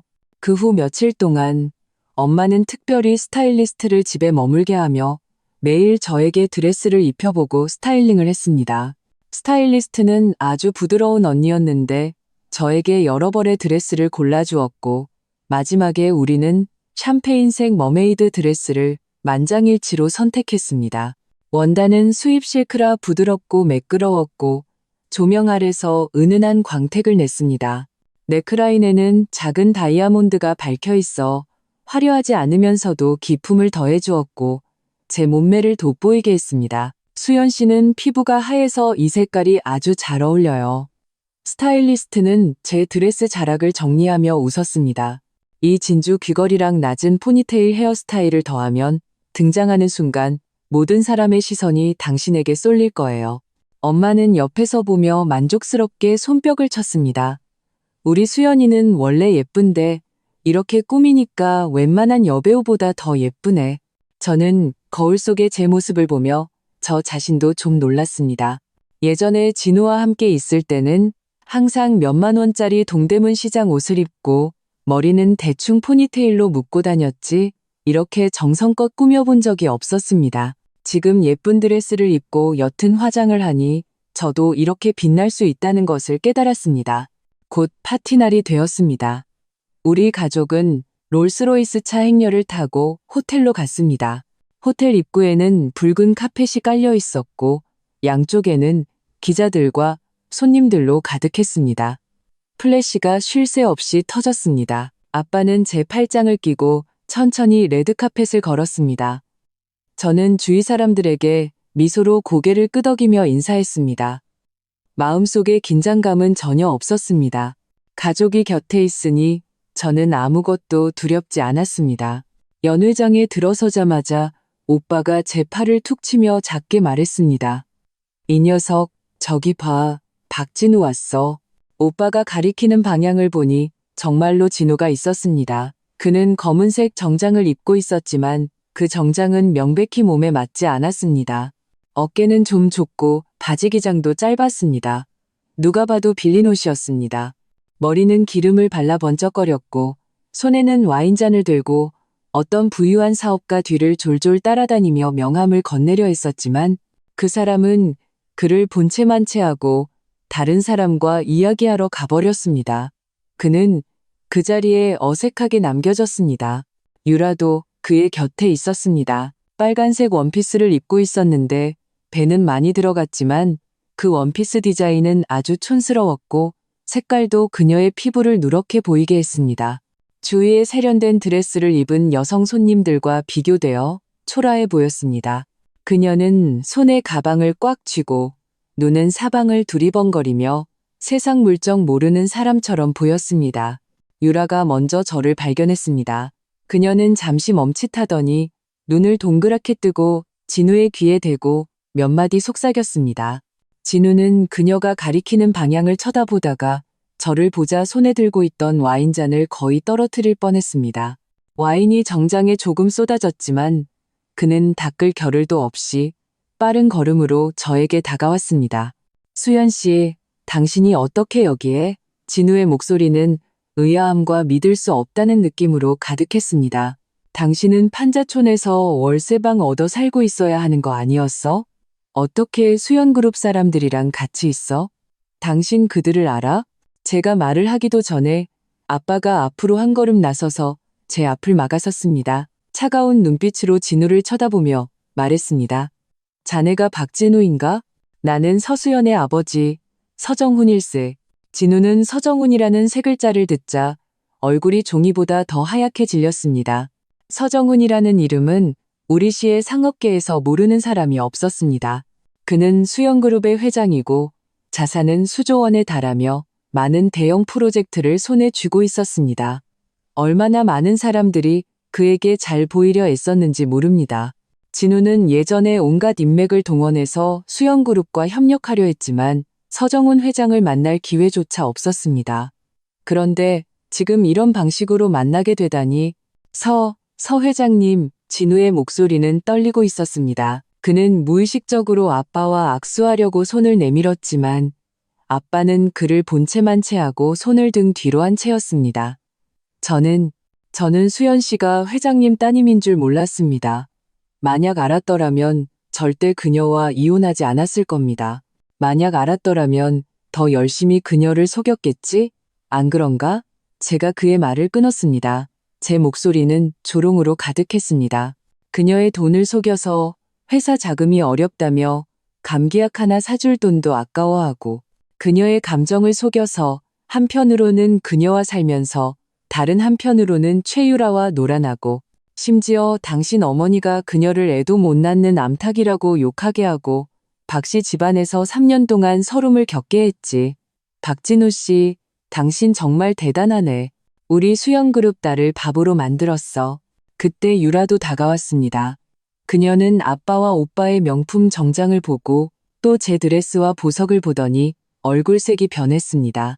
목소리가 약간 떨렸습니다. 서수현, 너 정말 수연그룹 외동딸이야?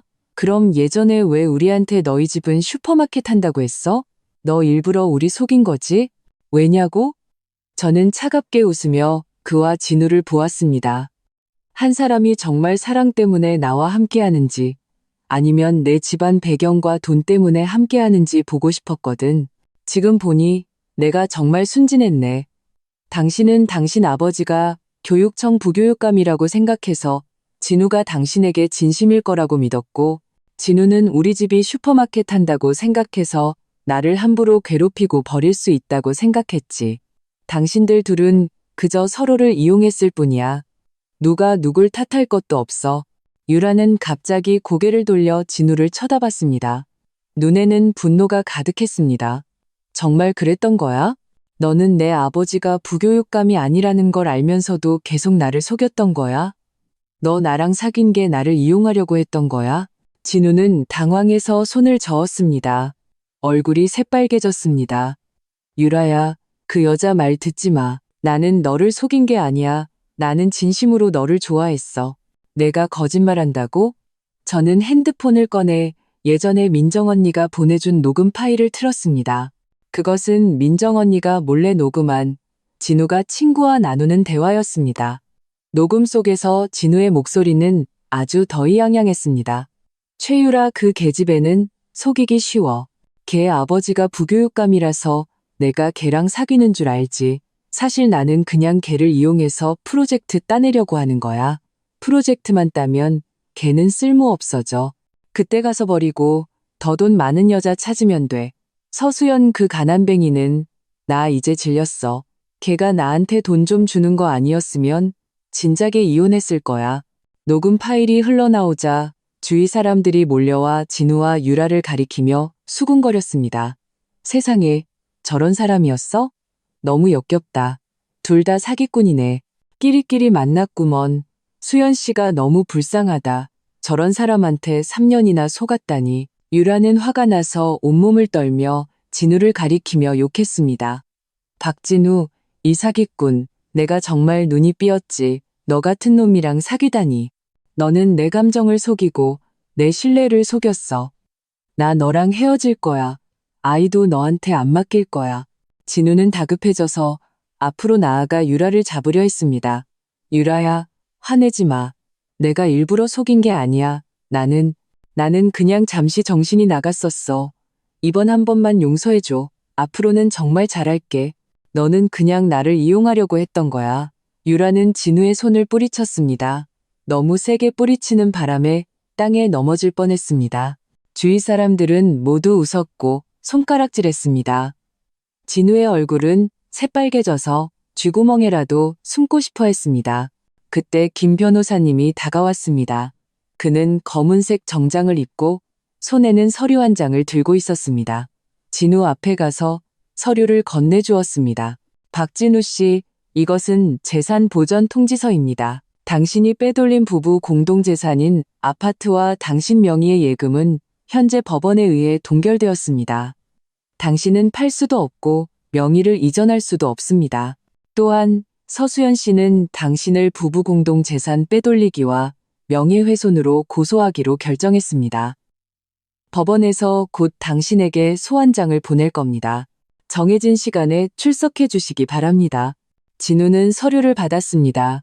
손이 계속 떨려서 서류를 거의 떨어뜨릴 뻔했습니다. 그는 고개를 들어 저를 보았습니다. 눈빛에는 애원이 가득했습니다. 수연 씨, 내가 잘못했어. 정말 잘못했어. 제발 나를 고소하지 마. 우리 다시 합치면 안 될까? 앞으로는 정말 잘할게. 다시는 최유라랑 연락 안 할게. 당신을 위해 뭐든지 할게. 재결합? 저는 너무 우스워서 웃음이 터져 나왔습니다. 박진우 씨, 그게 가능하다고 생각해? 당신이 최유라 데리고 산부인과 가서 나한테 이혼하자고 했을 때 왜 오늘 같은 날이 올 거라고 생각 못했어? 당신이 내 돈으로 최유라한테 명품 사주고 당신 어머니가 나를 욕하게 했을 때 왜 내가 상처받을 거라고 생각 못했어? 이제 당신 회사가 망하고 재산이 동결되니까 내 좋은 점이 생각나? 늦었어. 당신이 예전에 나한테 했던 것처럼 이제 그대로 돌려받을 차례야. 그 말을 끝으로 저는 더 이상 진우와 유라의 초라한 모습을 보지 않았습니다. 아빠와 엄마의 팔짱을 끼고 오빠를 따라 연회장 중앙으로 향했습니다. 등 뒤에서 유라의 울음소리와 진우의 변명소리, 그리고 주위 사람들의 수군거리는 소리가 들렸지만 저는 조금도 신경 쓰지 않았습니다. 오늘부터 저는 더 이상 함부로 당하는 가난뱅이 서수연이 아닙니다. 저는 수연그룹의 외동딸이고 가족의 지지를 받으며 제 자신을 보호할 충분한 능력이 있고 저를 상처 준 사람들에게 응당한 대가를 치르게 할 충분한 능력이 있습니다. 레오, 파티가 끝난 후 제 마음을 3년 동안 짓누르던 돌덩이가 드디어 완전히 내려앉은 것 같았습니다. 진우와 유라가 초라하게 퇴장하는 모습을 보며 저는 조금의 동정심도 없이 그들이 받아야 할 마땅한 벌이라고만 생각했습니다. 집으로 돌아오는 길에 엄마는 제 손을 잡고 말했습니다. 수연아, 오늘 정말 잘했어. 수연그룹에 체면도 세우고 박진우에게도 된통 당하게 했지. 앞으로는 다시는 너를 함부로 건드리지 못할 거야. 저는 엄마 어깨에 기대어 웃었습니다. 다 엄마 아빠가 잘 가르쳐 주시고 김 변호사님이 도와주신 덕분이죠. 아니었으면 저도 못했을 거예요. 그 후 며칠 동안 집안의 생활은 점차 평온을 되찾았습니다. 저는 매일 아빠를 따라 회사에 가서 업무를 익혔습니다. 문화창작사업부의 프로젝트 기획부터 계약서 검토까지 아빠는 참을성 있게 저를 가르쳐 주셨습니다. 오빠도 자주 와서 제 생각을 정리하는 것을 도와주었습니다. 김 변호사님은 진우를 고소할 자료를 준비하느라 바빴습니다. 모든 것이 좋은 방향으로 나아가고 있었습니다. 어느 날 오전에 저는 사무실에서 도시기억 프로젝트의 디자인 도면을 보고 있었습니다. 김 집사님이 갑자기 문을 두드리며 들어왔습니다. 얼굴이 좀 난처해 보였습니다. 아가씨, 박진우 씨가 정문 밖에서 기다리고 있습니다. 급한 일이 있어서 아가씨를 만나야 한다고 합니다. 막아도 소용이 없고 아가씨를 만나지 않으면 가지 않겠다고 버티고 있습니다. 오빠가 마침 제 사무실에서 일을 의논하고 있었는데 그 말을 듣자마자 폭발했습니다. 손에 들고 있던 도면을 책상 위에 내던지며 말했습니다. 당장 꺼지라고 해. 그런 은혜도 모르는 놈이 무슨 낯짝으로 수연이를 보러 와? 예전에 수연이한테 어떻게 했는데 이제 회사가 망하니까 도움을 청하러 와? 낯짝도 두껍지. 저는 손에 들고 있던 펜을 내려놓고 깊은 숨을 내쉬었습니다. 오빠, 흥분하지 마. 들어오라고 해. 이제 막다른 길에 몰렸으니 무슨 말을 하는지 한번 들어봐야지. 오빠는 반박하려 했지만 마침 아빠에게서 전화가 왔습니다. 진우가 왔다는 것을 이미 알고 계셨고 만나서 그의 미련을 완전히 끊어버리는 것도 좋다고 하셨습니다. 나중에 계속 찾아와서 귀찮게 하는 것보다 낫다는 것이었습니다. 전화를 끊고 저는 김 집사님에게 진우를 안으로 데려오라고 했습니다. 잠시 후 진우가 김 집사님을 따라 사무실로 들어왔습니다. 그는 파티 때 억지로 버티던 모습과는 딴판이었습니다. 정장은 빨지 않은 것처럼 구겨져 있었고 머리는 헝클어져 있었으며 눈두덩이는 푹 꺼지고 핏발이 서 있었습니다. 턱에는 거뭇한 수염 자국이 나 있었습니다. 온몸이 홀쭉해져서 초췌한 모습이 예전에 의기양양했던 모습과는 전혀 딴판이었습니다. 그는 사무실에 들어와 제가 책상 뒤에 앉아 있는 것을 보자 마치 구명다처를 본 것처럼 빠른 걸음으로 달려와 제 팔을 잡으려 했습니다. 오빠가 재빨리 그를 막아섰습니다. 차갑게 말했습니다. 박진우, 내 동생한테서 떨어져. 손대지 마. 여긴 네가 함부로 할 곳이 아니야. 진우는 오빠에게 밀려 비틀거렸습니다. 겨우 중심을 잡고 다시 저를 향해 목소리는 사포로 나무를 가는 것처럼 쉬어 있었습니다. 수연 씨, 내가 잘못했어. 정말 잘못했어. 제발 나 좀 도와줘. 내 회사 이제 버티기 힘들어. 이대로 가다가는 망할 거야. 은행에서는 회사를 압류하려고 하고 발주처에서는 계약 위반으로 고소하려고 하고 직원들은 매일 문 앞에서 월급 달라고 말고 서 있어. 나 정말 죽을 지경이야. 저는 의자에 기댄 채 그의 그 불쌍한 모습을 보며 마음속에 아무런 동요도 없었습니다. 책상 위에 물컵을 들어 가볍게 한 모금 마시고 담담하게 말했습니다. 내가 왜 당신을 도와줘야 하지? 당신 회사가 망하는 게 나랑 무슨 상관인데? 예전에 당신이 최유라 데리고 산부인과 가서 나한테 이혼하자고 했을 때 왜 오늘 같은 날이 올 거라고 생각 못했어? 당신이 내가 준 재개발 보상금으로 최유라한테 명품 사줄 때 왜 나한테 도움을 청할 날이 올 거라고 생각 못했어? 우리 그래도 부부였잖아. 진우는 다급해서 거의 울 지경이었습니다. 눈시울이 붉어지고 눈물이 그렁그렁했습니다. 수연 씨, 내가 예전에 당신한테 잘못한 거 알아. 내가 당신을 속이면 안 됐고, 우리 엄마가 당신을 괴롭히게 두면 안 됐고, 최유라랑 엮이면 안 됐어. 나 이제 걔랑 헤어졌어. 걔 친정으로 돌려보냈다고. 다시는 연락 안 할 거야. 제발 이번 한 번만 용서해줘. 우리 다시 합치면 안 될까? 앞으로는 정말 잘할게. 뭐든지 당신 말만 들을게. 집안일도 다 당신이 결정하고 다시는 우리 엄마가 당신한테 나쁜 말 한마디도 못하게 할게. 헤어졌다고? 저는 차갑게 웃으며 손에 들고 있던 물컵을 내려놓았습니다. 최유라 아버지가 교육청 부교육감이 아니라서 당신 프로젝트 따는데 도움이 안 되니까 이용 가치가 없어져서 헤어진 거 아니야? 만약 걔가 아직 쓸모가 있었다면 그렇게 쉽게 헤어졌을까? 박진우 씨, 내가 아직도 예전처럼 바보인 줄 알아? 당신 헛소리를 믿을 것 같아? 당신 속셈이 뭔지 내가 누구보다 잘 알아. 진우의 얼굴은 귀밑까지 빨개졌습니다. 그는 고개를 숙이고 제 눈을 쳐다보지 못했습니다. 손가락으로 옷자락을 만지작거리며 한참 동안 말을 못했습니다. 한참 후에야 그는 작은 목소리로 말했습니다. 나 예전에 사심이 있었던 거 인정해. 하지만 당신한테도 감정이 있었어. 수연 씨, 우리 3년 부부였던 정을 봐서라도 이번 한 번만 도와줘. 당신이 도와주기만 한다면 나 뭐든지 할게. 불 속이라도 뛰어들라면 뛰어들게. 뭐든지 한다고? 저는 그를 쳐다보며 한 글자 한 글자 또박또박 물었습니다. 그럼 빼돌린 재산 다 돌려놔. 당신 어머니 명의로 몰래 옮겨놓은 그 아파트, 당신이 내 돈으로 최유라한테 사준 가방이랑 보석들, 그리고 당신이 빼돌린 우리 결혼 후의 예금까지 한 푼도 빠짐없이 돌려놔.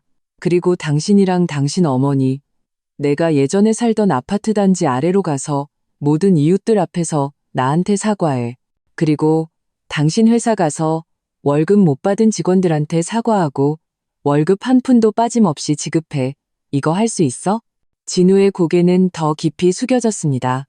어깨가 미세하게 떨렸고 한참 동안 대답을 못했습니다. 한참 후에야 그는 더듬거리며 말했습니다. 재산은 이미 회사에 다 투자했어. 지금 회사 자금 사정이 어려워서 도저히 꺼낼 수가 없어. 사과는 개인적으로 하면 안 될까? 그렇게 많은 사람들 앞에서 하면 내가 앞으로 어떻게 얼굴 들고 살아? 너 아직도 사람 행세하고 싶어? 오빠가 옆에서 참지 못하고 욕했습니다. 예전에 내 동생 돈 속이고 감정 속였을 때 왜 사람 행세할 생각은 못했어? 내 동생한테 그렇게 많은 상처를 줬는데 이제 와서 사과 하나 하기도 싫어? 늦었어. 저는 진우의 그 나약하고 이기적인 모습을 보며 마음속에 마지막 미련마저 사라졌습니다. 저는 자리에서 일어나 옷을 정리했습니다. 박진우 씨, 가세요. 나는 당신을 돕지 않을 거고 당신과 재결합하지도 않을 거야. 당신이 저지른 일은 당신 스스로 책임져. 바로 그때 김 변호사님이 문을 밀고 들어왔습니다.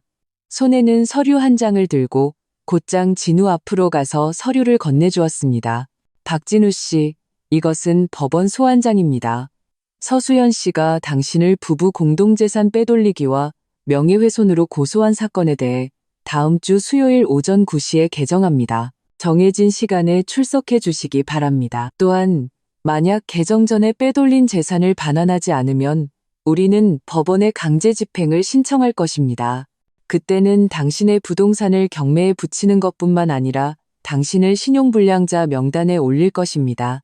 앞으로 당신은 대중교통 이용, 비행기 탑승, 대출 등이 제한될 것이며 심지어 자녀의 학교 생활에도 영향을 미칠 수 있습니다. 진우는 소환장을 받았습니다. 두 손이 심하게 떨려서 소환장을 거의 떨어뜨릴 뻔했습니다. 그는 소환장의 글자를 보고 다시 고개를 들어 저를 보았습니다. 눈빛에는 절망이 가득했습니다. 수연 씨, 정말 그렇게 모질게 할 거야? 꼭 나를 막다른 길로 몰아야겠어? 우리 3년의 감정이 그렇게 가치가 없어? 당신 스스로를 막다른 길로 몰아넣은 거야. 저는 그를 보며 평온하지만 단호한 목소리로 말했습니다. 예전에 결혼을 배신하고 나를 상처 주기로 선택한 건 당신이야. 지금의 결과는 모두 당신 스스로 초래한 거야. 나랑은 상관없어. 김 변호사님, 다음 일은 부탁드립니다. 저는 먼저 나가볼게요. 제가 사무실 문을 나서자 등 뒤에서 진우가 소리치는 소리가 들렸습니다. 서수연, 너 후회할 거야. 나 이대로 끝나지 않을 거야. 오빠는 화가 나서 그를 때리러 달려가려 했지만 김 변호사님이 막았습니다. 서 이사님, 흥분하지 마세요. 그 사람하고 엮여봤자 의미 없습니다. 그는 지금 미친 개나 다름없어요. 만약 당신을 다치게 하면 손해만 볼 뿐입니다. 제가 경비원 시켜서 내보내겠습니다. 앞으로는 다시는 못 들어오게 할게요. 저는 사무실을 나와 깊은 숨을 내쉬었습니다. 창문을 통해 햇살이 몸에 비쳐 따뜻했습니다. 진우의 집착이 좀 귀찮기는 했지만 그보다는 해방감이 더 컸습니다. 저는 드디어 과거와 완전히 작별할 수 있었습니다. 집에 돌아오니 엄마는 제 기분이 안 좋은 것을 눈치채고 은이버섯 수프 한 그릇을 가져다 주셨습니다. 수연아, 너무 신경 쓰지 마. 박진우가 오늘 저렇게 된 건 다 자업자득이야. 너랑은 상관없어. 피곤하면 며칠 푹 쉬어. 재판은 김 변호사님이 알아서 처리할 테니 너는 걱정할 필요 없어. 저는 고개를 끄덕이고 달콤한 은이버섯 수프를 마시며 마음이 따뜻해졌습니다. 아빠는 옆에 앉아 저를 보며 말했습니다. 수연아, 네가 이렇게 냉정하게 이 일을 처리하는 것을 보니 아빠는 아주 기쁘다. 너도 이제 어른이 됐구나. 무엇을 해야 하고 무엇을 하면 안 되는지 알고 법으로 자신을 보호할 줄도 알고 앞으로 무슨 일이 있든 아빠, 엄마, 내 오빠가 있으니 두려워할 필요 없어. 오빠도 웃으며 말했습니다. 맞아, 이 녀석. 앞으로는 오빠가 있으니 아무도 너를 괴롭히지 못할 거야. 이 일이 끝나면 오빠가 너랑 여행 갈게. 우리 바다 보러 가자. 예전에 안 좋았던 일들은 다 잊어버리자. 저는 가족들의 걱정 어린 눈빛을 보며 마음이 따뜻해졌습니다. 가족이 곁에서 저를 지지하고 보호해주니 아무리 어려운 일이라도 그렇게 무섭지 않게 느껴졌습니다. 곧 개정일이 되었습니다. 저는 김 변호사님과 함께 법원에 갔습니다. 진우도 왔습니다. 그는 여전히 그 초췌한 모습이었고 달아빠진 셔츠를 입고 있었습니다. 곁에는 변호사도 가족도 없이 외롭게 피고석에 앉아 있었습니다. 아주 불쌍해 보였습니다. 개정 후 김 변호사님은 모든 증거를 판사에게 제출했습니다. 진우가 재산을 빼돌린 은행 거래 내역, 김영자 여사님이 저를 애도 못 낳는 암탉이라고 욕하는 녹음 파일, 유라가 보낸 도발적인 문자, 그리고 민정 언니가 제공한 진우가 유라와 함께 명품을 사는 사진까지. 모든 증거는 명확했고 시간, 장소, 내용이 분명하게 적혀 있었습니다. 진우는 반박할 여지가 없었습니다. 그저 고개를 숙이고 잘못했습니다. 고의가 아니었습니다라고 되풀이할 뿐이었습니다. 마지막으로 판사는 당일 선고했습니다. 진우는 한 달 내에 빼돌린 모든 재산, 즉 그 아파트와 그가 횡령한 예금을 반환하고 저에게 정신적 피해보상금으로 1억 원을 지급하며 시급신문에 사과문을 게재하여 공개적으로 저에게 사과하고 이전의 명예훼손 발언을 정정해야 한다는 판결이었습니다. 진우는 판결을 듣고 얼굴이 창백해졌습니다.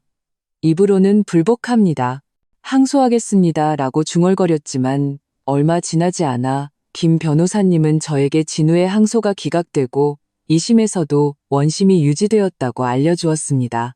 그는 새로운 증거를 제출하지 못했고 항소는 그저 시간 낭비일 뿐이었습니다. 법원을 나올 때 진우가 저를 막아섰습니다. 그는 고개를 숙이고 목소리는 거의 들리지 않을 정도로 쉬어 있었습니다. 수연 씨, 제가 최대한 빨리 재산을 반환하고 신문에 사과문도 게재할게요. 저한테 다시 한번 기회를 줄 수 없을까요? 저 정말 잘못했다는 걸 알았어요. 앞으로는 정말 착실하게 살게요. 다시는 바보 같은 짓 안 할게요. 저는 그를 보았습니다. 마음속에는 이미 아무런 감정도 남아있지 않았습니다. 그저 평온하게 말했습니다. 박진우 씨, 우리 사이는 이미 오래전에 끝났어요. 저한테 그런 말 할 필요 없어요. 법원 판결을 잘 이행하고 최유라 씨와 아이에게 잘해주는 것이 당신이 지금 해야 할 일이에요. 더 이상 저를 괴롭히지 마세요. 우리 각자 잘 살아요. 그 말을 끝으로 저는 몸을 돌려 김 변호사님을 따라 떠났습니다. 다시는 뒤돌아보지 않았습니다. 햇살이 몸에 쏟아졌습니다. 저는 이 순간부터 과거의 그 비참했던 결혼 생활에서 완전히 벗어났고 그 가치 없던 사람을 완전히 내려놓았다는 것을 알았습니다. 앞으로의 날들은 저는 잘 살고 열심히 일하며 가족의 기대에 부응하고 저 자신에게도 부끄럽지 않게 살아갈 것입니다. 법원 판결이 나온 후 진우는 더 이상 저를 괴롭히지 않았습니다. 아마 정말로 신용불량자 명단에 올라 앞으로의 생활에 영향을 미칠까봐 두려웠던 모양입니다. 민정 언니가 일부러 소식을 알아봤는데 진우는 법원에서 동결된 아파트를 중개소에 내놓고 최대한 빨리 팔아서 제게 돈을 갚으려고 한다고 했습니다. 하지만 그 집은 압류 상태라 구매자들이 모두 위험 부담을 느껴 아무도 쉽게 사려고 하지 않았습니다. 진우는 어쩔 수 없이 계속 가격을 낮췄고 결국 시세보다 거의 2억 원이나 낮춰서 겨우 구매자를 찾았다고 합니다. 어느 날 오후 저는 집에서 아빠와 함께 도시기억 프로젝트의 디자인 도면을 보고 있었습니다. 이 프로젝트는 제가 요즘 가장 신경 쓰는 일이었습니다. 우리 도시의 낡은 골목과 오래된 건물들을 복원하고 옛날 사진과 물건들을 수집해서 박물관을 만들어 사람들이 뿌리를 잊지 않게 하고 싶었습니다. 한창 몰두하고 있는데 민정 언니에게서 갑자기 전화가 왔습니다. 목소리가 좀 다급했습니다. 아가씨, 큰일 났어요. 최유라 씨한테 무슨 일 생겼어요? 민정 언니의 목소리가 수화기를 통해 들려왔는데 주변 소음도 섞여 있었습니다. 그 여자가 아이를 안고 친정에서 돌아와서 지금 진우 씨가 사는 집으로 들어가려고 했는데 김영자 여사님이 문 앞에서 막고 못 들어오게 했어요. 심지어 그 여자 코앞에서 재수 없는 년, 딸년이나 낳아놓고 감히 어디 와서 자리 차지하려고 해라고 욕했어요. 최유라 씨가 그 여자랑 몇 마디 다투니까 김영자 여사님이 그 여자를 밀쳤어요. 다행히 최유라 씨가 아이를 안고 있어서 넘어지지는 않았지만 큰일 날 뻔했어요. 제 손에 들고 있던 펜이 탁 소리를 내며 책상에 떨어졌습니다. 마음이 철렁했습니다. 민정 언니, 아이는 괜찮아요? 최유라 씨는 다치지 않았고요. 박진우는요, 어디 있어요? 자기 엄마를 말리지도 않고요. 아이는 괜찮아요. 최유라 씨가 아이를 꽉 안고 있었어요. 그냥 자기가 밀려서 땅에 주저앉을 뻔했고 팔이 좀 긁힌 것 같아요. 민정 언니는 한숨을 쉬었습니다. 박진우는요, 집안에 숨어서 나오지도 않았어요. 제가 문 앞에서 들었는데 김영자 여사님이 그를 쓸모없는 놈, 재수없는 년이나 데려와서라고 욕하는데도 그는 아무 말도 안 하고 있더라고요. 아주 한심해요. 최유라 씨는 지금 아이를 안고 복도에 앉아서 울고 있어요. 이웃들이 많이 나와서 구경하는데 아주 불쌍해요. 엄마가 마침 잘라놓은 과일 접시를 들고 오다가 우리 대화를 듣고 미간을 찌푸렸습니다. 김영자 그 사람 너무하네. 유라 씨는 이제 막 아이 낳아서 몸도 약하고 아이는 또 그렇게 작은데 어떻게 그 모자한테 그렇게 할 수가 있어? 정말 무슨 일이라도 나면 어쩌려고.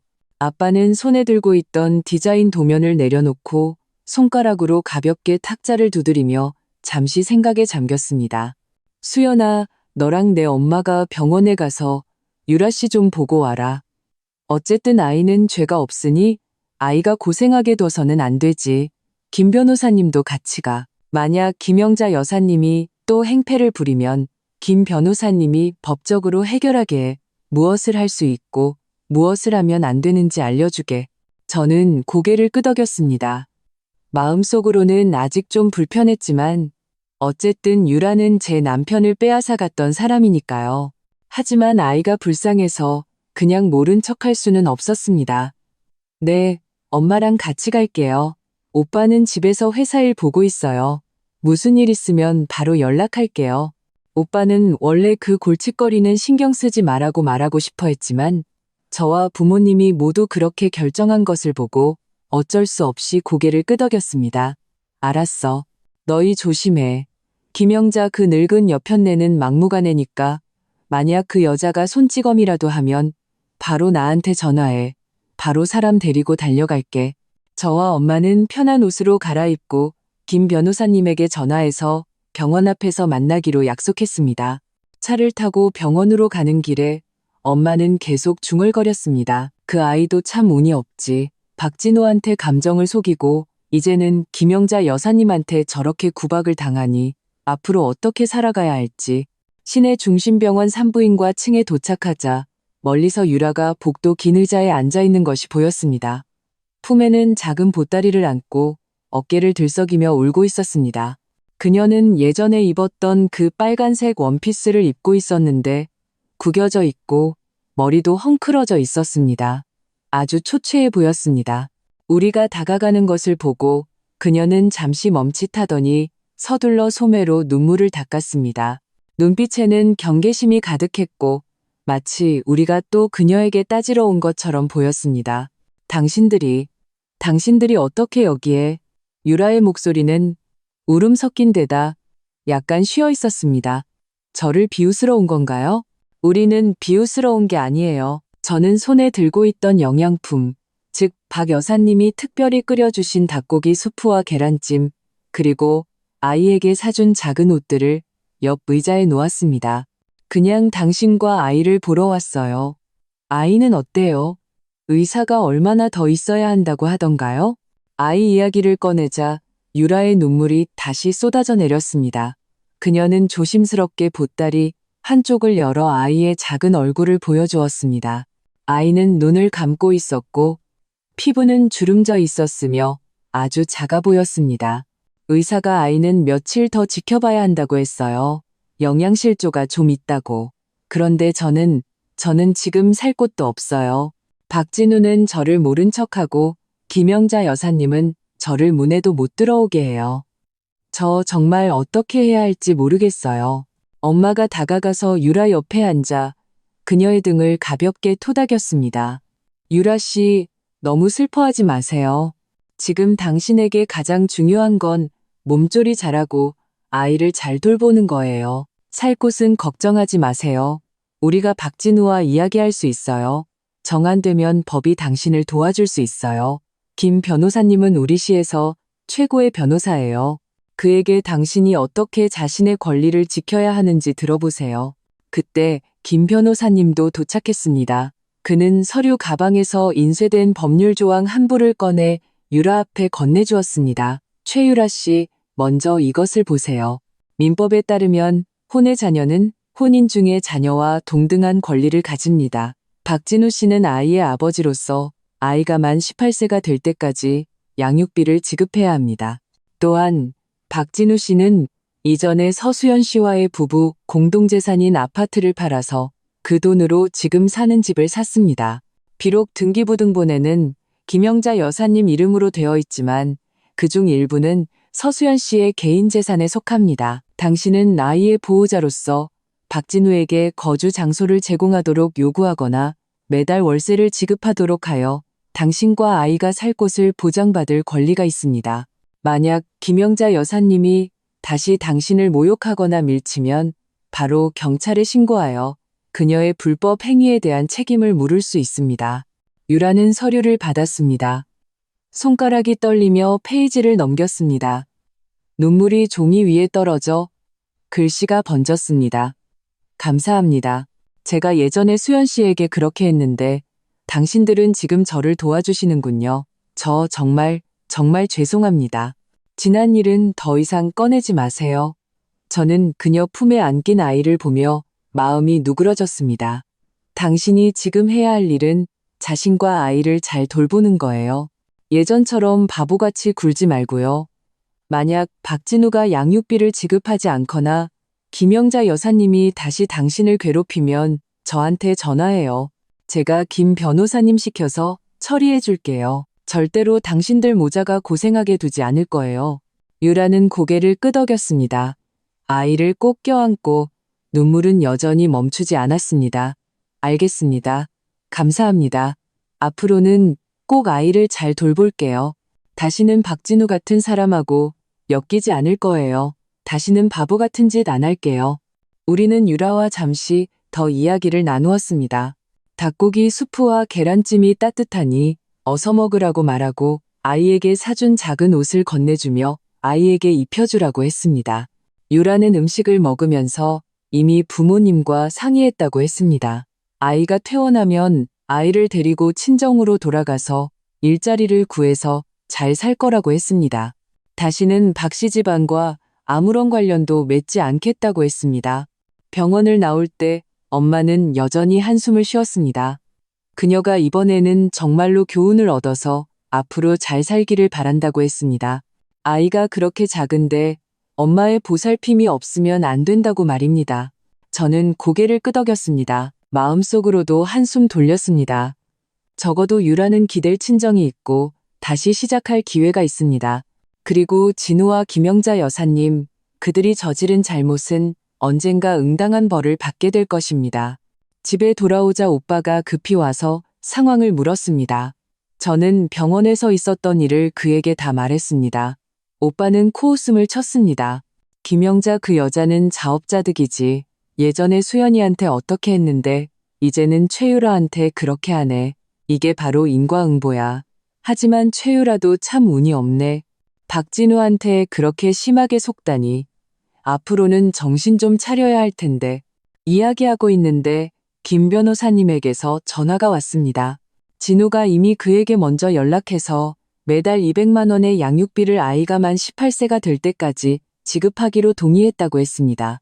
그리고 빼돌린 재산, 즉 집을 판 돈과 이전에 횡령한 예금을 최대한 빨리 갚겠다고 했으니 더 이상 다른 책임을 묻지 말아 달라고 했다고 합니다. 저는 김 변호사님에게 감사하다고 말하고 전화를 끊은 뒤 부모님과 오빠에게 진우가 재산을 갚고 양육비를 지급하기로 동의했다고 말했습니다. 그가 예전에 많은 잘못을 저질렀지만 적어도 지금은 책임을 지려 하니 그나마 다행이라고 생각했습니다. 아빠는 고개를 끄덕이고 제게 돼지갈비찜 한 조각을 더 얹어주었습니다. 수연아, 네가 아주 잘했다. 이런 사람을 대할 때는 법으로 자신을 보호하면서도 그들에게 다시 시작할 기회를 줘야 해. 하지만 앞으로 다시 감정 문제에 부딪히면 꼭 눈을 크게 뜨고 사람을 잘 봐야 한다. 예전처럼 바보같이 굴면 안 돼. 네, 알겠습니다. 저는 갈비 한 조각을 베어 물었습니다. 달콤한 맛이 입안에 퍼지면서 마음도 따뜻해졌습니다. 앞으로는 꼭 잘 살고 열심히 일해서 여러분을 다시는 걱정시키지 않을게요. 그 후 며칠 동안 저는 더 많은 에너지를 도시 기억 프로젝트에 쏟았습니다. 매일 아빠를 따라 회사에 가서 팀원들과 프로젝트 방안을 논의하고 문화학자와 디자이너들과 연락하며 몇몇 낡은 거리들을 직접 답사하기도 했습니다. 그 얼룩덜룩한 낡은 벽과 오래된 나무문을 보며 저는 마음속으로 깊은 감동을 느꼈습니다. 이것들은 모두 도시의 기억인데 그냥 이렇게 잊혀져서는 안 된다고 생각했습니다. 아빠도 저를 아주 지지해 주셨습니다. 프로젝트에 500억 원의 시작 자금을 지원해 주셨을 뿐만 아니라 많은 협력사를 연결해 주셨습니다. 건축 복원을 하는 곳, 문화재 보호를 하는 곳, 전시 기획을 하는 곳 등 모두들 이 프로젝트가 아주 의미 있다고 생각했고 기꺼이 참여하여 도시문화 보호에 힘을 보태겠다고 했습니다. 이렇게 순조롭게 날들이 지나갈 거라고 생각했을 때 예기치 않은 일이 또 발생했습니다. 어느 날 오전에 저는 사무실에서 디자이너와 낡은 건물의 복원 방안을 논의하고 있었습니다. 오빠가 갑자기 황급히 뛰어들어왔습니다. 얼굴이 아주 안 좋았고 손에는 서류 한 장을 들고 있었습니다. 제 책상 위에 내던지며 말했습니다. 이 녀석 큰일 났어. 우리 집 주식이 갑자기 폭락했어. 많은 협력사들이 협력 중단을 통보해 왔어. 누군가 뒤에서 장난치는 것 같아. 저는 마음이 철렁해서 급히 서류를 집어들었습니다. 거기에는 수연그룹의 주가 동향 그래프가 있었는데 붉은 곡선이 계속 아래로 향하고 있었고 하락폭은 이미 10%를 넘었습니다. 아래에는 많은 협력사들이 보낸 협력 중단 통지서도 있었습니다. 이유는 모두 수연그룹의 자금 사정이 어려워져서 계약을 이행할 수 없을 것 같다는 것이었습니다. 어떻게 된 거야? 저는 미간을 찌푸리며 물었습니다. 박진우가 한 짓 아니야? 그가 지금 우리를 증오하니까 뜬 소문을 퍼뜨려서 보복할 수도 있잖아. 그놈은 아니야. 오빠는 고개를 저었습니다. 얼굴이 더 어두워졌습니다. 내가 사람 시켜서 알아봤는데 일신그룹이 한 짓이야. 그들이 일부러 인터넷에 악성 루머를 퍼뜨렸어.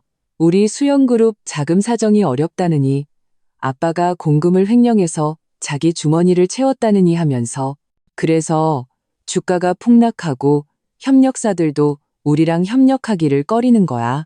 일신그룹은 우리 집의 오랜 경쟁사였습니다. 지난 몇 년 동안 계속 우리와 명함으로 다투었고 예전에 몇 번이나 우리 프로젝트를 빼앗으려 했지만 성공하지 못했습니다. 그런데 이번에는 이렇게 비열한 수단을 쓸 줄은 몰랐습니다. 저는 급히 아빠에게 전화했습니다. 아빠는 이미 알고 계셨고 임원들과 김 변호사님과 회의 중이라고 하셨습니다. 저와 오빠에게 빨리 본가로 와서 대책을 논의하자고 하셨습니다. 전화를 끊고 저와 오빠는 황급히 본가로 향했습니다. 가는 길에 저는 계속 생각했습니다.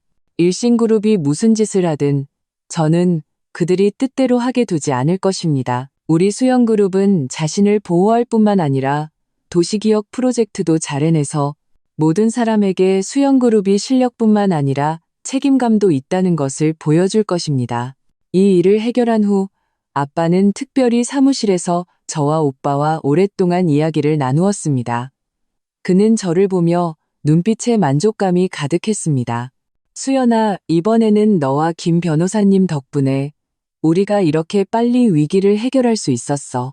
네가 예전에 나 따라서 사업 배울 때 나는 네게 잠재력이 있다고 생각했어. 이번에 너는 도시기억 프로젝트를 제안했을 뿐만 아니라 기자회견에서도 침착하게 대응했지. 아빠는 네가 자랑스럽다. 저는 부끄러워하며 웃었습니다. 아빠, 이건 다 같이 노력한 결과예요. 만약 김 변호사님이 찾은 증거가 없었고 오빠가 연락한 협력사들이 없었다면 저 혼자서는 잘 해내지 못했을 거예요. 오빠는 옆에서 제 어깨를 두드리며 웃었습니다. 이 녀석, 겸손해하지 마. 이번에 네가 큰 공을 세웠어. 도시기억 프로젝트는 이제 우리 시의 중점 문화 사업이 됐어. 많은 고위 공무원들이 우리를 칭찬하더라고. 앞으로 우리 수영그룹의 문화창작 사업부는 네가 이끌어가야 할 거야. 저는 마음이 따뜻해졌습니다. 이것이 가족이 저를 인정해주는 것이라는 것을 알았습니다. 이 기간 동안 많은 일을 겪으면서 진우에게 배신당하고 이혼하고 다시 가족 곁으로 돌아오고 회사 업무에 참여하고 일신그룹의 위기를 해결하면서 저는 갑자기 많이 성장한 것 같았습니다. 더 이상 예전처럼 가족 뒤에 숨어 있기만 하는 어린 소녀가 아니었습니다. 저녁에 김 변호사님에게서 메시지가 왔습니다. 일신그룹이 이미 정식으로 배상을 이행했고 200억 원을 우리 회사 계좌로 이체했다는 내용이었습니다. 이체 증명서도 첨부되어 있었습니다. 그는 또 내일 저녁에 시간이 있는지 이번 위기를 순조롭게 해결한 것을 축하하기 위해 식사를 대접하고 싶다고 물었습니다. 저는 핸드폰 화면을 보며 심장이 이유 없이 빨리 뛰었습니다. 이 기간 동안 김 변호사님과 지내면서 저는 그가 전문 능력이 뛰어날 뿐만 아니라 사람도 아주 부드럽고 세심하다는 것을 알게 되었습니다. 제가 지난번에 무심코 말했던 서쪽에 있는 오래된 빵집의 빵을 좋아한다고 한 것을 기억하고 다음에 회사에 올 때 일부러 한 상자 사다 주었습니다. 제가 어두운 것을 무서워하는 것을 알고 매번 저를 집에 데려다 줄 때마다 제가 대문 안으로 들어가는 것을 보고 나서야 떠났습니다.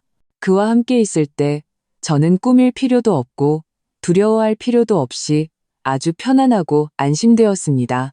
이런 느낌은 진우와 함께 있을 때는 전혀 느껴보지 못했던 것이었습니다. 저는 잠시 생각하고 시간 있어요 라고 답장했습니다. 그는 곧바로 그럼 내일 저녁 7시에 월색 레스토랑에서 기다릴게요. 거기 스테이크가 꽤 유명한데 당신도 좋아할 거예요 라고 답장했습니다. 다음 날 저녁 저는 일부러 옅은 파란색 원피스로 갈아입고 옅은 화장도 했습니다. 레스토랑에 도착했을 때 김 변호사님은 이미 와 있었습니다. 그는 검은색 정장에 금태 안경을 쓰고 있었는데 제가 들어오는 것을 보고 서둘러 일어나 인사했습니다. 얼굴에는 약간의 수줍은 미소도 띠고 있었습니다. 수연 씨, 오셨군요. 앉으세요. 제가 이미 대표 메뉴인 스테이크를 주문해 놨어요. 미디엄 레어로 했는데 입에 맞으실지 모르겠네요. 저는 자리에 앉아 그의 부드러운 눈빛을 보며 마음이 달콤해졌습니다. 감사합니다. 저 미디엄 레어 좋아해요. 식사하는 동안 우리는 많은 이야기를 나누었습니다. 일 얘기부터 생활 얘기, 좋아하는 영화부터 어릴 적 재미있었던 일까지 우리는 공통점이 아주 많다는 것을 알게 되었습니다.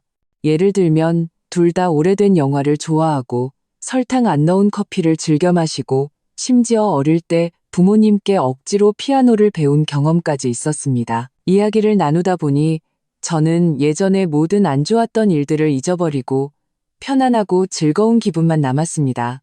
식사를 마치고 김 변호사님이 저를 집에 데려다 주었습니다. 별장 문 앞에 이르렀을 때 그는 갑자기 걸음을 멈추고 저를 보았습니다. 눈빛이 아주 진지했고 마치 큰 결심을 한 것 같았습니다. 수연 씨, 이 기간 동안 당신과 지내면서 제가 당신을 좋아한다는 것을 알게 됐어요. 당신이 예전에 감정적으로 많은 상처를 받아서 아마 사랑에 대해 좀 두려워할지도 모르지만 제가 당신을 돌보고 보호하고 앞으로의 모든 어려움을 함께 이겨낼 기회를 주셨으면 좋겠어요. 제가 영원히 싸우지 않겠다고 약속할 수는 없지만 무슨 일이 있든 제가 당신 편에 서겠다고 약속할 수 있어요. 제가 미래가 순탄할 거라고 약속할 수는 없지만 모든 어려움을 당신과 함께 이겨낼 거라고 약속할 수 있어요. 저는 그의 진심 어린 눈빛을 보며 눈물이 갑자기 쏟아져 나왔습니다. 슬퍼서가 아니라 행복으로 가득 차서였습니다. 저는 힘껏 고개를 끄덕였습니다. 목소리에 약간의 울먹임이 섞여 있었습니다. 네, 저도 좋아요. 김 변호사님의 눈이 갑자기 빛났습니다. 그는 제 손을 가볍게 잡았습니다. 손바닥이 따뜻하고 아주 든든했습니다. 고마워요, 수연 씨. 실망시키지 않을게요. 그 후로 제 생활은 점점 더 충실하고 행복해졌습니다. 낮에는 아빠를 따라 회사 업무를 익히고 도시 기억 프로젝트를 성공적으로 추진했습니다. 우리는 수천 장의 옛날 사진을 수집하고 10개의 낡은 거리를 복원했으며 도시 박물관도 공사를 시작했습니다. 저녁에는 가끔 김 변호사님과 데이트하며 영화를 보거나 공원을 산책했습니다. 그는 항상 저를 세심하게 챙겨주었습니다. 주말에는 엄마와 쇼핑을 하거나 아빠에게 차를 끓여드리며 온 가족이 화목하게 지냈습니다. 몇 달이 더 지나 도시기억 프로젝트의 1단계 낡은 건물 복원 공사가 순조롭게 시작되었습니다. 공사 시작 이래 아빠, 엄마, 오빠, 그리고 김 변호사님 모두 저와 함께 현장에 갔습니다. 인부들이 질서정연하게 일하는 모습과 주변 주민들의 기대에 찬 미소를 보며 저는 마음속으로 큰 성취감을 느꼈습니다. 이것은 더 이상 아빠나 오빠가 저를 위해 만들어준 세상이 아니라 제가 직접 참여하여 만든 사업이었습니다. 제가 이 도시를 위해 남기는 흔적이었습니다. 착공식이 끝난 후 김 변호사님이 저를 데리고 강변으로 갔습니다. 밤의 강바람이 아주 시원했고 강 위의 불빛은 별처럼 반짝였습니다. 그는 갑자기 주머니에서 벨벳 상자를 꺼냈습니다. 한쪽 무릎을 꿇고 상자를 열었습니다. 안에는 디자인이 심플한 다이아몬드 반지가 있었습니다. 다이아몬드는 크지 않았지만 불빛 아래서 유난히 빛났습니다. 수연 씨, 당신을 만나기 전에는 제 인생은 일하고 사건 처리하는 지루하고 단조로운 것이라고 생각했어요. 당신을 만나고 나서야 저는 설렘이 무엇인지, 그리움이 무엇인지, 진정한 행복이 무엇인지 알게 됐어요. 저는 당신과 함께 남은 날들을 우리가 좋아하는 모습으로 살고 싶어요. 저와 결혼해 주시겠어요? 저는 그를 보며 또다시 눈물이 쏟아졌습니다. 힘껏 고개를 끄덕였습니다. 네, 그럴게요. 우리의 결혼식은 3개월 후 저희 집 별장 정원에서 열리기로 했습니다. 엄마가 직접 장식을 맡으셨습니다. 꽃 아치부터 식탁 세팅까지 모든 세부 사항에서 정교함이 묻어났습니다. 엄마는 제가 흰 장미를 좋아하는 것을 알고 일부러 해외에서 수천 송이를 공수해 와서 정원을 동화 속 세계처럼 꾸몄습니다. 아빠는 최고의 사진작가를 섭외해서 제 가장 아름다운 모습을 모두 담겠다고 하셨습니다. 그리고 몰래 손으로 쓴 축사를 준비하셨는데 결혼식에서 사람들에게 제 성장 과정에 대해 이야기하겠다고 하셨습니다. 오빠는 더 과장되게 한 달 반 전부터 신랑 들러리 축사를 연습하기 시작했습니다. 심지어 제가 어릴 때 아빠 술을 훔쳐 마시고 엄마 립스틱을 벽에 그린 흑역사를 모두 김 변호사님에게 말하겠다고 해서 제가 화가 나서 그를 쫓아다니며 때렸습니다. 결혼식 당일 햇살이 아주 좋았습니다. 저는 맞춤 제작한 흰색 웨딩드레스를 입고 아빠의 팔짱을 끼고 한 걸음 한 걸음 레드카펫 끝에 있는 김 변호사님을 향해 걸어갔습니다. 그는 말끔한 정장을 입고 눈에는 저만 담고 있었습니다. 그 집중되고 부드러운 눈빛에 저는 옌부주 웃음이 나왔습니다.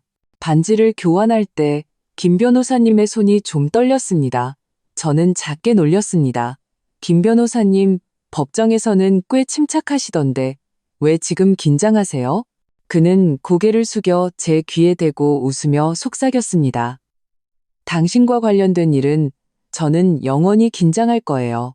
결혼 피로연에서 아빠는 제 손을 잡고 하객들에게 인사했습니다. 사람이 없는 구석으로 갔을 때 그는 갑자기 눈시울이 붉어졌습니다. 이 녀석, 이제 아빠 대신 너를 돌봐줄 사람이 생겼구나. 아빠는 이제 안심이다. 저는 아빠 어깨에 기대어 작게 말했습니다. 아빠, 저도 항상 아빠 엄마 곁에 있을 거예요. 엄마가 다가왔습니다. 손에는 빨간색 보석함을 들고 있었습니다. 열어보니 안에는 비취색 옥팔찌가 있었습니다. 수연아, 이건 내가 결혼할 때 내 외할머니가 주신 거야. 이제 너에게 물려줄게. 이 팔찌는 평생 나를 평안하게 지켜줬어. 이제 너와 자앙 김 변호사 이름이 평생 화목하고 헤어지지 않게 지켜줄 거야. 저는 옥팔찌를 받았습니다. 차가운 옥이 손목에 닿았지만 마음은 뜨거워졌습니다. 저녁에 마지막 하객들을 배웅하고 저와 김 변호사님은 정원 긴 의자에 앉아 밤하늘의 별을 보았습니다. 그는 주머니에서 작고 예쁜 은색 펜던트를 꺼냈습니다. 위에는 제 이름이 새겨져 있었습니다. 제 목에 걸어주며 말했습니다. 이건 제가 당신을 처음 만났을 때부터 만들고 싶었던 거예요. 앞으로 제가 어디에 있든 이 펜던트를 보면 당신이 제 마음속 가장 따뜻한 곳에 있다는 것을 알 수 있을 거예요. 저는 그의 어깨에 기대어 그의 몸에서 나는 은은한 삼나무 향을 맡았습니다. 마음속에 행복이 가득했습니다. 3년 전 구청 앞에서 이혼 서류를 꽉 쥐고 제 인생에 다시는 빛이 없을 거라고 생각했던 것을 떠올렸습니다. 하지만 지금 저는 깨달았습니다. 잘못된 사람을 잃어야 올바른 사람을 만날 수 있다는 것을, 가치 없는 과거를 내려놓아야 더 좋은 미래를 맞이할 수 있다는 것을. 후에 저는 가끔 민정 언니를 통해 진우와 유라의 소식을 들었습니다. 진우는 집을 팔아 빚을 갚고 김영자 여사님과 함께 길거리에서 노점상을 하며 간식을 판다고 했습니다. 아침 일찍 일어나 밤늦게까지 일하면서 그래도 성실하게 살고 있다고 했습니다. 유라는 아이를 데리고 친정으로 돌아가서 아버지가 유치원 교사 자리를 알아봐 주셨다고 합니다. 매일 아이와 함께 지내며 안정되고 평범한 나날을 보내고 있다고 했습니다. 일신그룹은 이 일을 겪은 후 큰 타격을 입고 다시는 우리 집과 경쟁할 능력을 잃었습니다. 결국 한 대기업에 인수되었다고 합니다. 예전에 저를 상처 줬던 사람들은 이제 모두 지나간 과거가 되었습니다. 저에게는 저를 사랑하는 가족이 있고 저를 이해하는 사랑하는 사람이 있으며 제가 사랑하는 일이 있습니다. 이렇게 따뜻하고 행복이 가득한 삶이야말로 진정으로 저에게 속한 인생입니다.